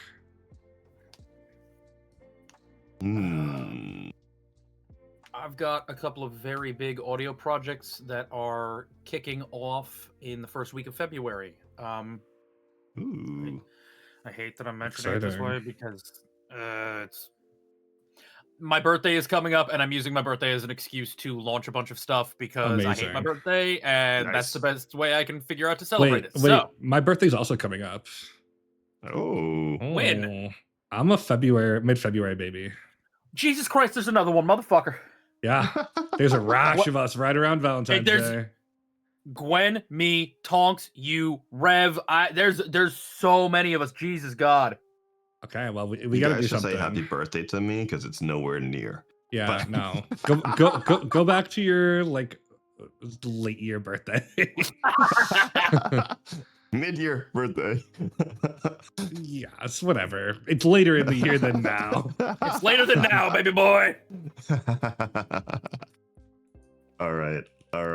In terms of anything new coming up, speaking of Dade, he is making me wake up ass early on Wednesdays for some stream rivals. 7 on PST. It's gonna be Oh wow, a that's time. early. But you know, of course, yeah, it's gonna be a time. He's gonna be like super energized, and I'm just gonna be like, "Hi guys, how are you doing?" Shit, fuck. But anyway, there's that. What else is going on? Just I have finished writing and recording my next Midnight Melodies. It's gonna take a while to edit that thing, but I am I am totally cheating on Zaylee and Cheerio for Marbo days, unfortunately. Wow. I don't feel bad. Wow. I don't feel bad. Zaylee, Cheerio, I got you. Come on over. It's Yeah, fine. yeah, we got you. Sally Cheerio, why don't you take Mog's place on the next podcast instead? Oh man. With Dave. All That'd right, be a yeah, good Midnight time. Melodies hopefully should come out soon. Editing be a time for it's longer than the last one. I didn't know that was possible, but yeah. Oh man, I actually do have some announcements. First of all, you guys will have seen in the link below, we have what I'm gonna call a feedback slash suggestion form. Some people have reached out to me. We have, God, I think we have a list of like 35 topics that we like think about talking about every week. If there is something you want to hear us talk about or something you want us to do as a lighthearted segment, there's a feedback form below. Just fill in whatever you want. I promise I will read all of them unless we get like a billion, but that won't happen. So feel free to put your thoughts in there. If you have feedback on the structure or like on what you want us to talk about, let us know. I can't promise we'll take it, but I'll read it. I had a lot of dumb shit, so he has to like read for hours. Spam the fucking Yeah. list. Feel free to write Vogue fanfics there. I will post them on AO3. Wouldn't and be the profit. first one. Vog, I do think you're actually losing Cheerio and Zaylee in real time. Holy shit. I Yo. think Marvel's Girls Night is about it. Oh, wow. That's. Yeah. That'd be Well, we're going to be out of a that'd be- fucking job as streamers. Holy shit. We're going to lose it all. That'd be Yeah. good over there at the Marvelous Girls Night. That would be a great idea. Okay, not gonna can we have Marble Boys Night then? Like, I need it. Yes. lie. Yes. Okay. Yes. Oh my God! Wait, can we get a background out of like a clubhouse that's like no girls allowed? like a tree house that like has a painted sign. It's like no Yes. girls, like boys only. He-Man Woman club. Haters Club. Yes. Yes. Yes, let's undo literally everything we talked about. Yeah. We're bringing it back toxic style, baby. Yes. I actually do. So we had the feedback form. I do have one more announcement that I'm actually really, really excited about. I'm taking my little dip into the streamer life, and this podcast was an amazing start. I was super super happy to do this with Vogue and Nomad. But this was not the original idea for streaming. I have long had a desire to run a one-on-one interview series with some of your favorite creators, very intimate, very personal, about what they create, why they create, sort of seeing what you're seeing here a little bit, like the people behind the characters. And I am so happy to announce that next week we are launching a new show. Well, I am launching a new show called What Lives Between. And I'm going to be doing 2-hour one-on-one interviews with creators, starting with the amazing, the magical, the literally fucking awesome Ardent Melody. So that will be 10 a.m., same time as this, on some of the off weeks. It's a lot of work, so it's not going to be a regular show, but would love for you guys to tune in. I think it's going to be amazing, and Mel is the perfect first guest. Hell yeah.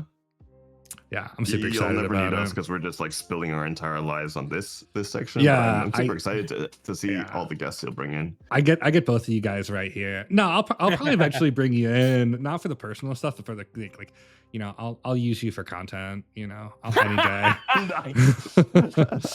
But Thanks for being honest about it. I love it. Yeah, it's not just going to be voice actors. It's going to be writers, artists, some of the people who help the rest of the amazing people in these ecosystems create incredible things. So if you guys want to tune in, I got amazing art done that you can see.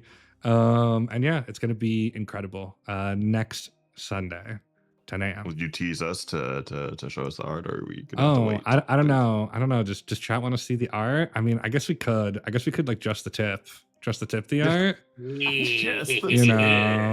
Okay, here. Let's and we fade. And it's just Dom on the screen now. Yeah, that's right. Nobody else exists anymore. It's just me. Yeah, we're just disembodied voices. All right, Yeah. can you hear our voices right now? Oh, that's so good looking. I fucking know. Hell yeah. Holy Uh, shit, that's So good looking. good. Yeah, and it is you guys are the voices in my head. I really want to hide Nice. your little PNG tuber somewhere in here. Just but on yeah. the shelf or something inside, like a Tinkerbell in one of the bottles. Yes, like they're just watching us from a distance. But yeah, this is what it's gonna be, and I look forward to seeing you guys next week. And back to the podcast. Cool. The artist actually does not want to be shouted out, Eris. Oh, interesting. Yes. Interesting. If you go look on, I specifically asked if they wanted to be identified. They did not. But yeah, I will, as I commission more stuff from them, hopefully they are comfortable being somehow acquainted or related with my brand of weirdness. All right. With that, we're gonna go ahead and exit. Thank you all for joining us here, and look forward to doing this again next week. Have a good one, and much love from us, guys. Thanks for stopping by. Bye. Bye.